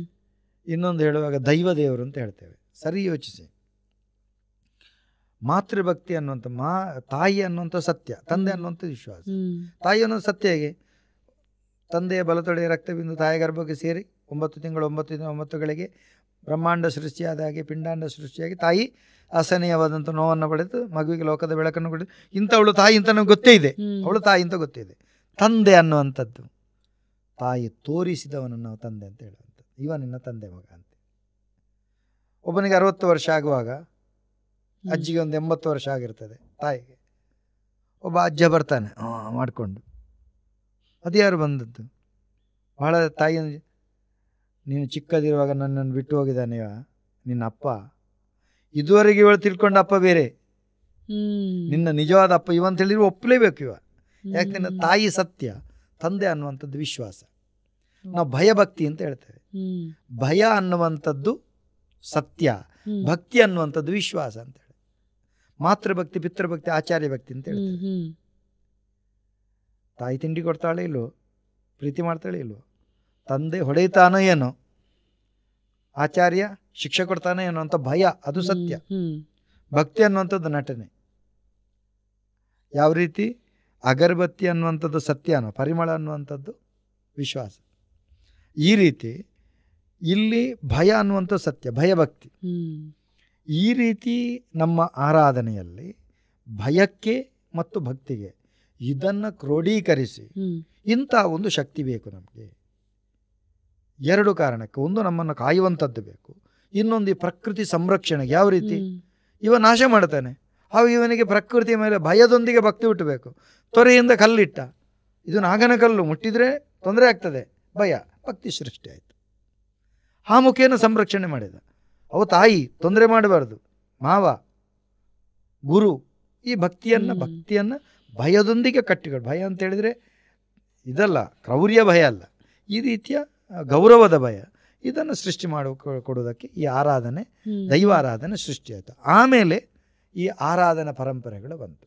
ಅದಕ್ಕೆ ಒಂದೊಂದು ಸೇರಿಸಿ ಯಾವ ರೀತಿ ಆರಾಧನೆ, ಯಾವ ರೀತಿ ಸಾಂಪ್ರದಾಯಿಕ ಚೌಕಟ್ಟುಗಳು ಬಂತು. ಆ ಸಾಂಪ್ರದಾಯಿಕ ಚೌಕಟ್ಟಿನೊಂದಿಗೆ ಇಲ್ಲಿ ನೇಮ, ಕೋಲ, ತಂಬಿಲ, ಪೂಜೆ, ಅಂಕ, ಆಯನ ಎಲ್ಲವೂ ಬಂತು. ಅದಕ್ಕೆ ಒಂದು ಕ್ರಾಂತದರ್ಶಿಗಳು ಅಂತೇಳಿದರೆ ಯಾವ ರೀತಿ ಲಿಖಿತವಾದದ್ದಲ್ಲ, ಅಲಿಖಿತವಾದ ಪಾಡ್ದನ ಆಧಾರಿತವಾಗಿ. ಮೂಲವಾಗಿ ವೇದಗಳು ಅಲಿಖಿತವಾಗಿ ಇದ್ದಂತ, ಆಮೇಲೆ ದಾಖಲೆಗೆ ಬಂದು ವೇದವ್ಯಾಸರನ್ನು ಮಾಡಿರುವಂಥದ್ದು ಅಂತ ನಮ್ಮ ನಂಬಿಕೆ. ಅದೇ ರೀತಿ ಇಲ್ಲಿನ ಆರಾಧನೆ ಪರಂಪರೆಗಳು ಬೆಳೆದೋಯ್ತು. ಅದಕ್ಕೆ ಶಕ್ತಿ ಬಂತು. ಯಾಕಂತೇಳಿ ಈ ನೆಲದಲ್ಲಿ ಶಕ್ತಿ ಇದ್ದದ್ರಿಂದ. ಸರಿ ಯೋಚಿಸಿ, ಮೈಸಂದಾಯ ಅಂತ ಹೇಳ್ತೇವೆ ನಾವು. ಹೇಳುವಂಥ ಇಲ್ಲಿನ ಮಹಿಷಾಸುರ ಮೈಸಂದಾಯ ಅಲ್ಲ, ಹಾಗಂತ ಅವರ ಭಾವನೆಗಳನ್ನು ವಿರೋಧಿಸುವುದಲ್ಲ. ನಮ್ಮ ತುಳುನಾಡಿನ ಮೈಸಂದಾಯಿ ಯಾರು? ಮೈಸಂದಾಯಿನಾಯ ಮೈಸಂದಾಯಿ. ಮೈಸಂದಾಯಿನ ಮೈಯನ್ನ ತೊಡಗಿಸಿಕೊಂಡವ, ತನ್ನನ್ನು ತಾನು ತೊಡಗಿಸಿಕೊಂಡವ. ಯಾರಿಗೆ ತೊಡಗಿಸಿಕೊಂಡದ್ದು? ನಾವು ಅನ್ನ ತಿನ್ಬೇಕಂತಿದ್ರೆ, ಭೂಮಿಯನ್ನು ಉಳಬೇಕಂತಿದ್ರೆ ನೊಗ ಮತ್ತು ನೊಗಕ್ಕೆ ಹೆಗಲು ಕೊಡಬೇಕು. ನೇಗಿಲಿಗೆ ನೊಗಕ್ಕೆ ಹೆಗಲು ಕೊಡಬೇಕು. ನೊಗಕ್ಕೆ ಹೆಗಲು ಕೊಡುವುದು ಯಾರು? ಎತ್ತು ಮತ್ತು ಹೋರಿ. ಎತ್ತು ಮತ್ತು ಹೋರಿ ನೊಗ ನೇಗಿಲಿಗೆ ಹೆಗಲು ಕೊಟ್ಟದ್ರಿಂದ, ಉತ್ತದ್ರಿಂದ, ಬಿತ್ತಿದ್ರಿಂದ ನಾವು ತಿಂತೇವೆ. ಇಲ್ಲದ್ರೆ ತಿನ್ಲಿಕ್ಕುಂಟೋ? ಹಾಗಾದ್ರೆ ಅದು ನಮಗೆ ಮೇಯ್ಯನ್ನ ಸಲ್ಲಿಸಿದೆ, ಆದ್ರಿಂದ ಮೈಸಂದಾಯ. ನಂದಿಗೋಣ, ಆದ್ರಿಂದ ಅದು ನಮಗೆ ಶಕ್ತಿ. ಹೇಗೆ, ಯಾಕೆ ಶಕ್ತಿ ಆಯ್ತು ಅಂತ ಹೇಳಿದ್ರೆ, ಪ್ರತಿನಿತ್ಯ ತುಳುವ ಅವನ ಮನೆಯಲ್ಲಿ ದೇವರ ಕೋಣೆ ಇರಲಿಲ್ಲ, ಆಯ್ತಾ? ಅವನಿಗೆ ಮನೆಯ ಮಂತ್ರಾಲಯ, ಮನಸ್ಸೇ ದೇವಾಲಯ. ಮನೆ ಎದುರಿನ ದಾರಂದ್ರ ತಗ್ಗು, ದೊಡ್ಡದ ದ್ವಾರ ಅಲ್ಲ, ಬಗ್ಗಿ ಒಳಗೆ ಬರಬೇಕು. ಅದಕ್ಕೆ ನಮಸ್ಕರಿಸಿ ಒಳಗೆ ಬರಬೇಕು. ಒಳಗೆ ಬಂದು ತಿರುಗಿ ನೋಡಿದ್ರೆ ಅಲ್ಲಿ ಒಂದು ಇಡೆ ತಡ್ಡಿಯ ಅಂತ ಉಂಟು, ಒಂದು ಹಲಗೆ ಹಾಗೆ. ಅದು ಆತನ ಶ್ರದ್ಧಾ ಕೇಂದ್ರ, ಆಯ್ತಾ? ಅವ ಮನೆಯೊಳಗೆ ಬೆಳಗಿಂದ ಸಾಯಂಕಾಲವರೆಗೆ ಕೃಷಿಯಲ್ಲಿ ತೊಡಗಿಸಿಕೊಂಡು, ಈಗಿನ ಹಾಗೆ ಆವಾಗ ವೈಜ್ಞಾನಿಕ ಯುಗ ಅಲ್ಲ, ವಿದ್ಯುನ್ಮಾನ ಯುಗ ಅಲ್ಲ, ಆವಾಗ ಕೃಷಿಯೇ ಸರ್ವಸ್ವ. ದುಡಿದು ಬಂದ ಮನೆಯೊಳಗೆ ಬಂದರೆ ಎಲ್ಲ ಸ್ನಾನಪಾನ ಅನ್ನ ಮುಗಿಸಿ ಮಲಗುವಾಗ ಒಂದು ಮಂತ್ರ ಹೇಳ್ತಾನೆ, ಪಂಚಾಕ್ಷರಿ ಮಂತ್ರ, ಸ್ವಾಮಿ ಸತ್ಯೊಳೆ ಅಂತೇಳಿ. ಬೆಳಗ್ಗೆ ಏಳುವಾಗ ಒಂದು ಪಂಚಾಕ್ಷರಿ ಮಂತ್ರ ಹೇಳ್ತಾನೆ, ಅದೇ ಸ್ವಾಮಿ ಸತ್ಯೊಳೆ. ಅದು ಬಿಟ್ಟು ಯಾವುದೇ ಪೂಜೆ ಪುನಸ್ಕಾರಗಳು ಅವನಿಗೆ ಗೊತ್ತಿಲ್ಲ. ಅವನ ಪೂಜೆ ಪುನಸ್ಕಾರ, ಹೋಮ ಹವನೆಲ್ಲ ಕೃಷಿಯೇ, ಮೇಟಿ ವಿದ್ಯೆಯೇ ಅವನ ದೊಡ್ಡ ವಿದ್ಯೆ, ಆಯ್ತಾ? ಕೃಷಿಗಳೇ, ಪಶುಗಳೇ ಅವನ ದೇವರು, ಎಲ್ಲ ಪೂಜೆಯ ವಸ್ತುಗಳು. ಹೀಗೆ ಬೆಳಗ್ಗೆದ್ದಾಗ ಅವನಲ್ಲಿ ಎರಡೇ ಬಟ್ಟೆ, ಒಂದು ತರೆತ್ರ ಮತ್ತೊಂದು ಎಳತ್ರ. ತರೆತ್ರ ಅಂದ್ರೆ ಹೇಳಿದ್ರೆ ಮುಂಡಾಸು, ನೀವೀಗ ನನ್ನ ಮುಂಡಾಸು ಕಂಡ್ರೆ. ಎಳತ್ರ ಅಂದ್ರೆ ಲಂಗೋಟಿ, ಇದು ಎರಡೇ ಬಟ್ಟೆ. ಆತ ಬೆಳಗ್ಗೆ ಸ್ವಾಮಿ ಸತ್ಯೊಳೆ ಅಂತ ಎದ್ದು ಆತ ಹೋಗಿ ದೇವಸ್ಥಾನದೊಳಗೆ ಹೋಗ್ತಾನೆ. ಯಾವ ದೇವಸ್ಥಾನ? ಹಟ್ಟಿ ಅವನ ದೇವಸ್ಥಾನ. ಒಳಗೆ ಹೋಗ್ತಾನೆ. ಒಳಗೆ ಹೋಗಿ ಗೋವುಗಳನ್ನು ಬೆನ್ನನ್ನು ಸವರಿ ಮುದ್ದು ಮಾಡಿ, ಆಮೇಲೆ ಅವುಗಳನ್ನು ಹಾಗೆ ಬಿಟ್ಟು ನೊಗ ಮತ್ತು ನೇಗಿಲನ್ನು ಹೆಗಲಲ್ಲಿ ಇಟ್ಕೊಂಡು ಕರ್ಕೊಂಡು ಹೋಗ್ತಾನೆ. ಹೋಗುವಾಗ ಬೇಲಿ ಬದಿಯಲ್ಲಿ ನಮ್ಮಲ್ಲಿ ಗೋಲಮುರು ಅಂತ ಸಿಗ್ತದೆ. ಅದಕ್ಕೆ ಕನ್ನಡದಲ್ಲಿ ಏನು ಹೇಳೋದು ಗೊತ್ತಿಲ್ಲ ನನಗೆ. ಒಂದು ಕಡ್ಡಿ, ಹಲ್ಲುಜ್ಜುವ ಕಡ್ಡಿ, ಆಯ್ತು. ಇಲ್ಲಿ ಅದಕ್ಕೆ ಬೇರೆ ಕಡ್ಡಿಯಲ್ಲಿ ಅಂತ ಹೇಳ್ತಾರೆ, ಇಲ್ಲಿ ಬಳಸೋದೇ ಇಲ್ಲ ಸರ್ ಅದನ್ನ. ಅಲ್ಲ, ಆ ಕಡ್ಡಿ ಅದನ್ನು ಲಟಕ್ ಅಂತ ಮುರಿತಾನೆ. ಆ ಕಡ್ಡಿ ಇಟ್ಕೊಳ್ತಾನೆ, ಬಾಯಲ್ಲಿ ಇಟ್ಕೊಂಡು ಬೆತ್ತ ಹಿಡ್ಕೊಂಡು ಗದ್ದೆಗೆ ಕರ್ಕೊಂಡು ಹೋಗ್ತಾನೆ. ಹೋಗ ಎಷ್ಟು ಮಳೆ ಇರಲಿ, ಎಷ್ಟು ಚಳಿ ಇರಲಿ, ಹೋಗ್ತಾನೆ. ನಗಿಲನ್ನು ಕಟ್ತಾನೆ, ಪಡ ಪಡ ಗಿಟ್ಟ ಗಿಟ್ಟ ಅಂತ ಗೋಗಳಲ್ಲಿ ಮಾತಾಡ್ತಾನೆ. ಆವಾಗ ಇವನಿಗೆ ಬೇಸರ ಆಗುವುದಕ್ಕೂ ಗೋವುಗಳಿಗೂ ಬೇಸರ ಆಗ್ತದಂತ ಇವ ತಿಳ್ಕೊಳ್ಳುವುದಕ್ಕೂ, ಪ್ರಾಣಿಯಲ್ಲೂ ಮನುಷ್ಯತ್ವವನ್ನು ಕಾಡ್ತಾನೆ ಅವ. ಬೇಸರ ಆಗ್ತದೆ, ಇವ ಹಾಡು ಬರ್ತದೆ ಇವನಿಗೆ, ಓ ಓ ಅಂತ ಹೇಳ್ತಾನೆ. ಅದಕ್ಕೆ ಉರೇಲು ಅಂತ ಕರೀತಾರೆ. ನಾನು ಹೇಳುವುದಕ್ಕಿಂತ ಚಂದ ನೀವು ಗದ್ದೆಯಲ್ಲಿ ಕೇಳ್ಬೇಕಿದನ್ನ ಕೇಳಬೇಕು. ಬಹಳ ಬಹಳ ಬಹಳ ಚಂದ ಅವರ ಕಂಠದಿಂದ ಬರುವಂಥದ್ದು. ಇಲ್ಲಿ ಹಾಡಿದ್ರೆ ಒಂದಷ್ಟು ಕಿಲೋಮೀಟರ್ಗಳ ದೂರದವರೆಗೆ ಅದು ಕೇಳ್ತದೆ, ಶಾರ್ಪ್ ವಾಯ್ಸ್, ಅದು ಅಷ್ಟು ಚಂದ. ಆ ಎತ್ತುಗಳಿಗೂ ತಿರುಗುದು ಅದು ಪಡಬಡ ಹೋಗುವಾಗ ಹೋಗ್ತದೆ. ಅದು ನಮ್ಮ ಮೊದಲ ಶ್ರುತಿ ಮತ್ತು ಮೊದಲ ಹಾಡು ತುಳು ನೆಲದ ಪಾರ್ಧನಗಳ ಮೂಲ. ಅದು ಅಲ್ಲಿಂದ ಆರಂಭ ಆಯಿತು ಜನಪದ ಸಾಹಿತ್ಯದ. ಅದನ್ನು ಎಲ್ಲ ಆದಮೇಲೆ ಒಂದು ಹರಿಯುವಂಥ ತೊರೆಗೆ ಒಡ್ಡು ಕಟ್ಟಿಡ್ತಾನೆ. ಅದರಲ್ಲಿ ಗೋವುಗಳನ್ನು ತೊಳೆದು ಅದನ್ನು ಮೇಯಿಸಿ, ಅಷ್ಟರವರೆಗೆ ಅವನಲ್ಲಿ ಇದಿರ್ತದೆ ಕಡ್ಡಿ, ಅವಾಗ ಉಗುಳ್ತಾನೆ ಅಳ್ತಾನೆ. ಆ ಕಡ್ಡಿಯಲ್ಲಿ ಗೋಲಮೂರು ಅನ್ನುವಂಥ ಅದರಲ್ಲಿ ಕಡ್ಡಿಯಲ್ಲಿ ಉಜ್ಜಿದಂಥ ಹಲ್ಲುಂಟಲ್ಲ, ಈಗ ಬಟಾಣಿ ಕಡಲೆ ತಿಂದರೆ ಟಕ್ ಅಂತ ಹೋಗ್ತದೆ ನೀವು ಯಾವುದೇ ಪೇಸ್ಟ್ಗಳಲ್ಲಿ. ಕಟ್ಟದ ಕೋಳಿ ಅಂತ ಹೇಳ್ತಾರೆ, ಅಂಕದ ಕೋಳಿಯ ಕಾಲಿನ ಎಲುಬನ್ನು ಕೂಡ ಕಟ್ಟಂ ಕೊಟ್ಟುವಂತ ಆಗಿದ್ರು ಅವನ ಅಲ್ಲಿಗೆ ಏನು ಆಗೋದಿಲ್ಲ ಅಂತ ಹೇಳ್ತಾರೆ ನಮ್ಮಲ್ಲಿ. ನಾನು ವೆಜಿಟೇರಿಯನ್ ಅಲ್ಲ, ಹಿಂದೆ ನಮ್ಮ ಎಲ್ಲ ನಾನ್ ವೆಜಿಟೇರಿಯನ್ ಇತ್ತು. ಆದರೆ ಹೇಳುವಂಥದ್ದು ಅಷ್ಟು ಗಟ್ಟಿ ಅಂತೇಳಿ ಆ ಹಲ್ಲು ಪ್ರಕೃತಿಯಲ್ಲಿ ಸಿಗ್ತಾ ಇತ್ತು. ಆಯ್ತಾ, ಇಂಥ ಆ ಇದನ್ನ ಅಷ್ಟು ಪ್ರೀತಿ ಇಲ್ಲಿ ನೇಗುಲು ಕಟ್ಟಿ ಉಳುವಾಗ ಮಗನ ಹತ್ರ ಹೇಳ್ತಾಳೆ ತಾಯಿ, ನೋಡು ಮಗ ಗಂಜಿ ಕೊಂಡೋಗಿ ಕೊಡು ಅಂತ ಹೇಳಿ. ಗಂಜಿ ತರ್ತಾನೆ ಇವ ಮಗ. ಆವಾಗ ನಾಯಿರು ಅಂತ ಹೇಳುವಂಥದ್ದು ನೇಗಿಲನ್ನ, ಒಬ್ಬ ಯಾನವರ ದಪ್ಪುಡ ಅಂತ, ಅಪ್ಪ ನಾನು ಉಳ್ಬೇಕಂತ, ಆಯ್ತು ಅಂತ ಹೇಳ್ತಾನೆ, ಬೆತ್ತವನ್ನ ಕೊಡ್ತಾನೆ. ಆ ನೇಗಿಲು ಮರದ್ದು ಅದಕ್ಕಿಂತ ಪಾನೂರು ಅಂತ ಇದೆ, ಅದು ಕಬ್ಬಿಣದ ಬ್ಲೇಡು, ಅದು ಉಳ್ಕೊಂಡು ಹೋಗ್ತದೆ. ಮಗ ಒಂದು ವೇಳೆ ಉಳುವಾಗ ತಪ್ಪಿ ಅದು ಎತ್ತಿನ ಕಾಲಿಗೆ ತಾಗಿ ಕೋಣದ ತಾಗಿ ಗಾಯ ಆದ್ರೆ ಇವ ಎಷ್ಟು ಜೋರಾಗ್ತಾನೆ ಅಂತ ಹೇಳಿದ್ರೆ, ಅಪ್ಪ ಎತ್ತಿಗೆ ಬಡಿಯುವ ಬೆತ್ತದಲ್ಲಿ ಇವನಿಗೆ ಬಡಿತಾನೆ, ಮಗನಿಗಿಂತಲೂ ಅವುಗಳ ಮೇಲೆ ಅಷ್ಟು ಪ್ರೀತಿ ಇವನಿಗೆ, ಗೋವುಗಳ ಮೇಲೆ ಅಷ್ಟು ಪ್ರೀತಿ. ವರ್ಷಕ್ಕೊಮ್ಮೆ ಆರಾಧನೆಯಾಗಿ ಆಚರಣೆಗೆ ಕಂಬಳ ಮಾಡುವಂಥದ್ದು. ಕಂಬಳ ಅಂತ ಹೇಳಿದ್ರೆ ಅವನ ಪ್ರೀತಿ, ಅದನ್ನು ಮಗುವಿನಾಗೆ ಸಾಕ್ತಾನೆ ಗೋವನ್ನ. ಆಯ್ತಾ, ಒಬ್ಬ ತಂದೆ ಮಗನಿಗೆ ಯಾವ ರೀತಿ ಶಿಕ್ಷೆ ಕೊಟ್ಟು ತಿದ್ದಿ ಮುನ್ನಡೆಸ್ತಾನೆ, ಅದೇ ರೀತಿ ಗೋವನ್ನ ಅದಕ್ಕಿಂತ ಪ್ರೀತಿಯಿಂದ ಇದನ್ನು ಸಲಾಗ್ತಾನೆ. ಆದ್ರಿಂದ ಒಂದು ವೇಳೆ ಹಟ್ಟಿಯಲ್ಲಿ ಗೋವು ಸತ್ತೋಯ್ತು ಅಂತ ತಿಳ್ಕೊಳ್ಳೋಣ, ಎತ್ತು ಹೊರೆ ಸತ್ತೋಯ್ತು, ಪ್ರತಿ ದಿವಸ ಹುರುಳಿಯನ್ನ ಬೇಯಿಸಿ ತರ್ತಾನೆ ಅವ್ರಿಗೆ ಕೊಡುವಾಗ. ಅವನಿಗೆ ಆ ದಿವಸವೂ ನೆನಪಲ್ಲಿ, ನಾನು ಹೊರಗೆ ಸತ್ತೋಗಿದೆ, ಕಣ್ಣಲ್ಲಿ ತನ್ನ ಮಗು ಸತ್ತಷ್ಟು ಕೂಗ್ತಾನೆ ಅವ. ಆವಾಗ ಇದನ್ನು ಕೊಂಡೋಗಿ ಮನೆ ಎದುರು ಇಡೆ ತಡ್ಡಿ ಅಂತ ಹೇಳಿದ್ರೆ ಅಲ್ಲಿ ಇಡ್ತಾನೆ. ಸ್ವಾಮಿ ಮೈಸಂದಾಯ ಅಂತ ಹೇಳ್ತಾನೆ, ನೀನೇ ನನಗೆ ದೇವರು ಅಂತೇಳಿ ರೋಮಾಂಚನ ಆಗ್ತದೆ ನಮಗೆ. ನೀವೇ ನನಗೆ ದೇವರು, ನನಗೆ ಬೇಕಾಗಿ, ನನ್ನ ಕುಟುಂಬಕ್ಕೆ ಬೇಕಾಗಿ, ಸಮಾಜಕ್ಕೆ ಬೇಕಾಗಿ ಮೈಯನ್ನು ಸಲ್ಲಿಸಿದ್ಯಾ ನೀನು ದೇವರು, ನೀನು ದೇವರಿಗೆಷ್ಟೇ ಸಮಾನ. ಆದ್ದರಿಂದ ನಮ್ಮಲ್ಲಿ ಮೈಸಂದಾಯನಿಗೆ ಮೊದಲ ನೇಮ, ಮೊದಲಿನ ಸೇವೆ, ಅದಕ್ಕೆ ದೈವ ಅಂತ ಬರ್ತಾ ಮೊದಲಿನ ಸೇವೆ ದೈವಗಳಲ್ಲಿ ಮೊದಲಿನ ಸೇವೆ ಯಾರಿಗೆ ಅಂತ ಹೇಳಿದ್ರೆ ಮೈಸಂದಾಯನಿಗೆ, ನಂದಿಗೋಣನಿಗೆ. ಅದು ಯಾವುದೇ ದೈವಗಳಿರಲಿ.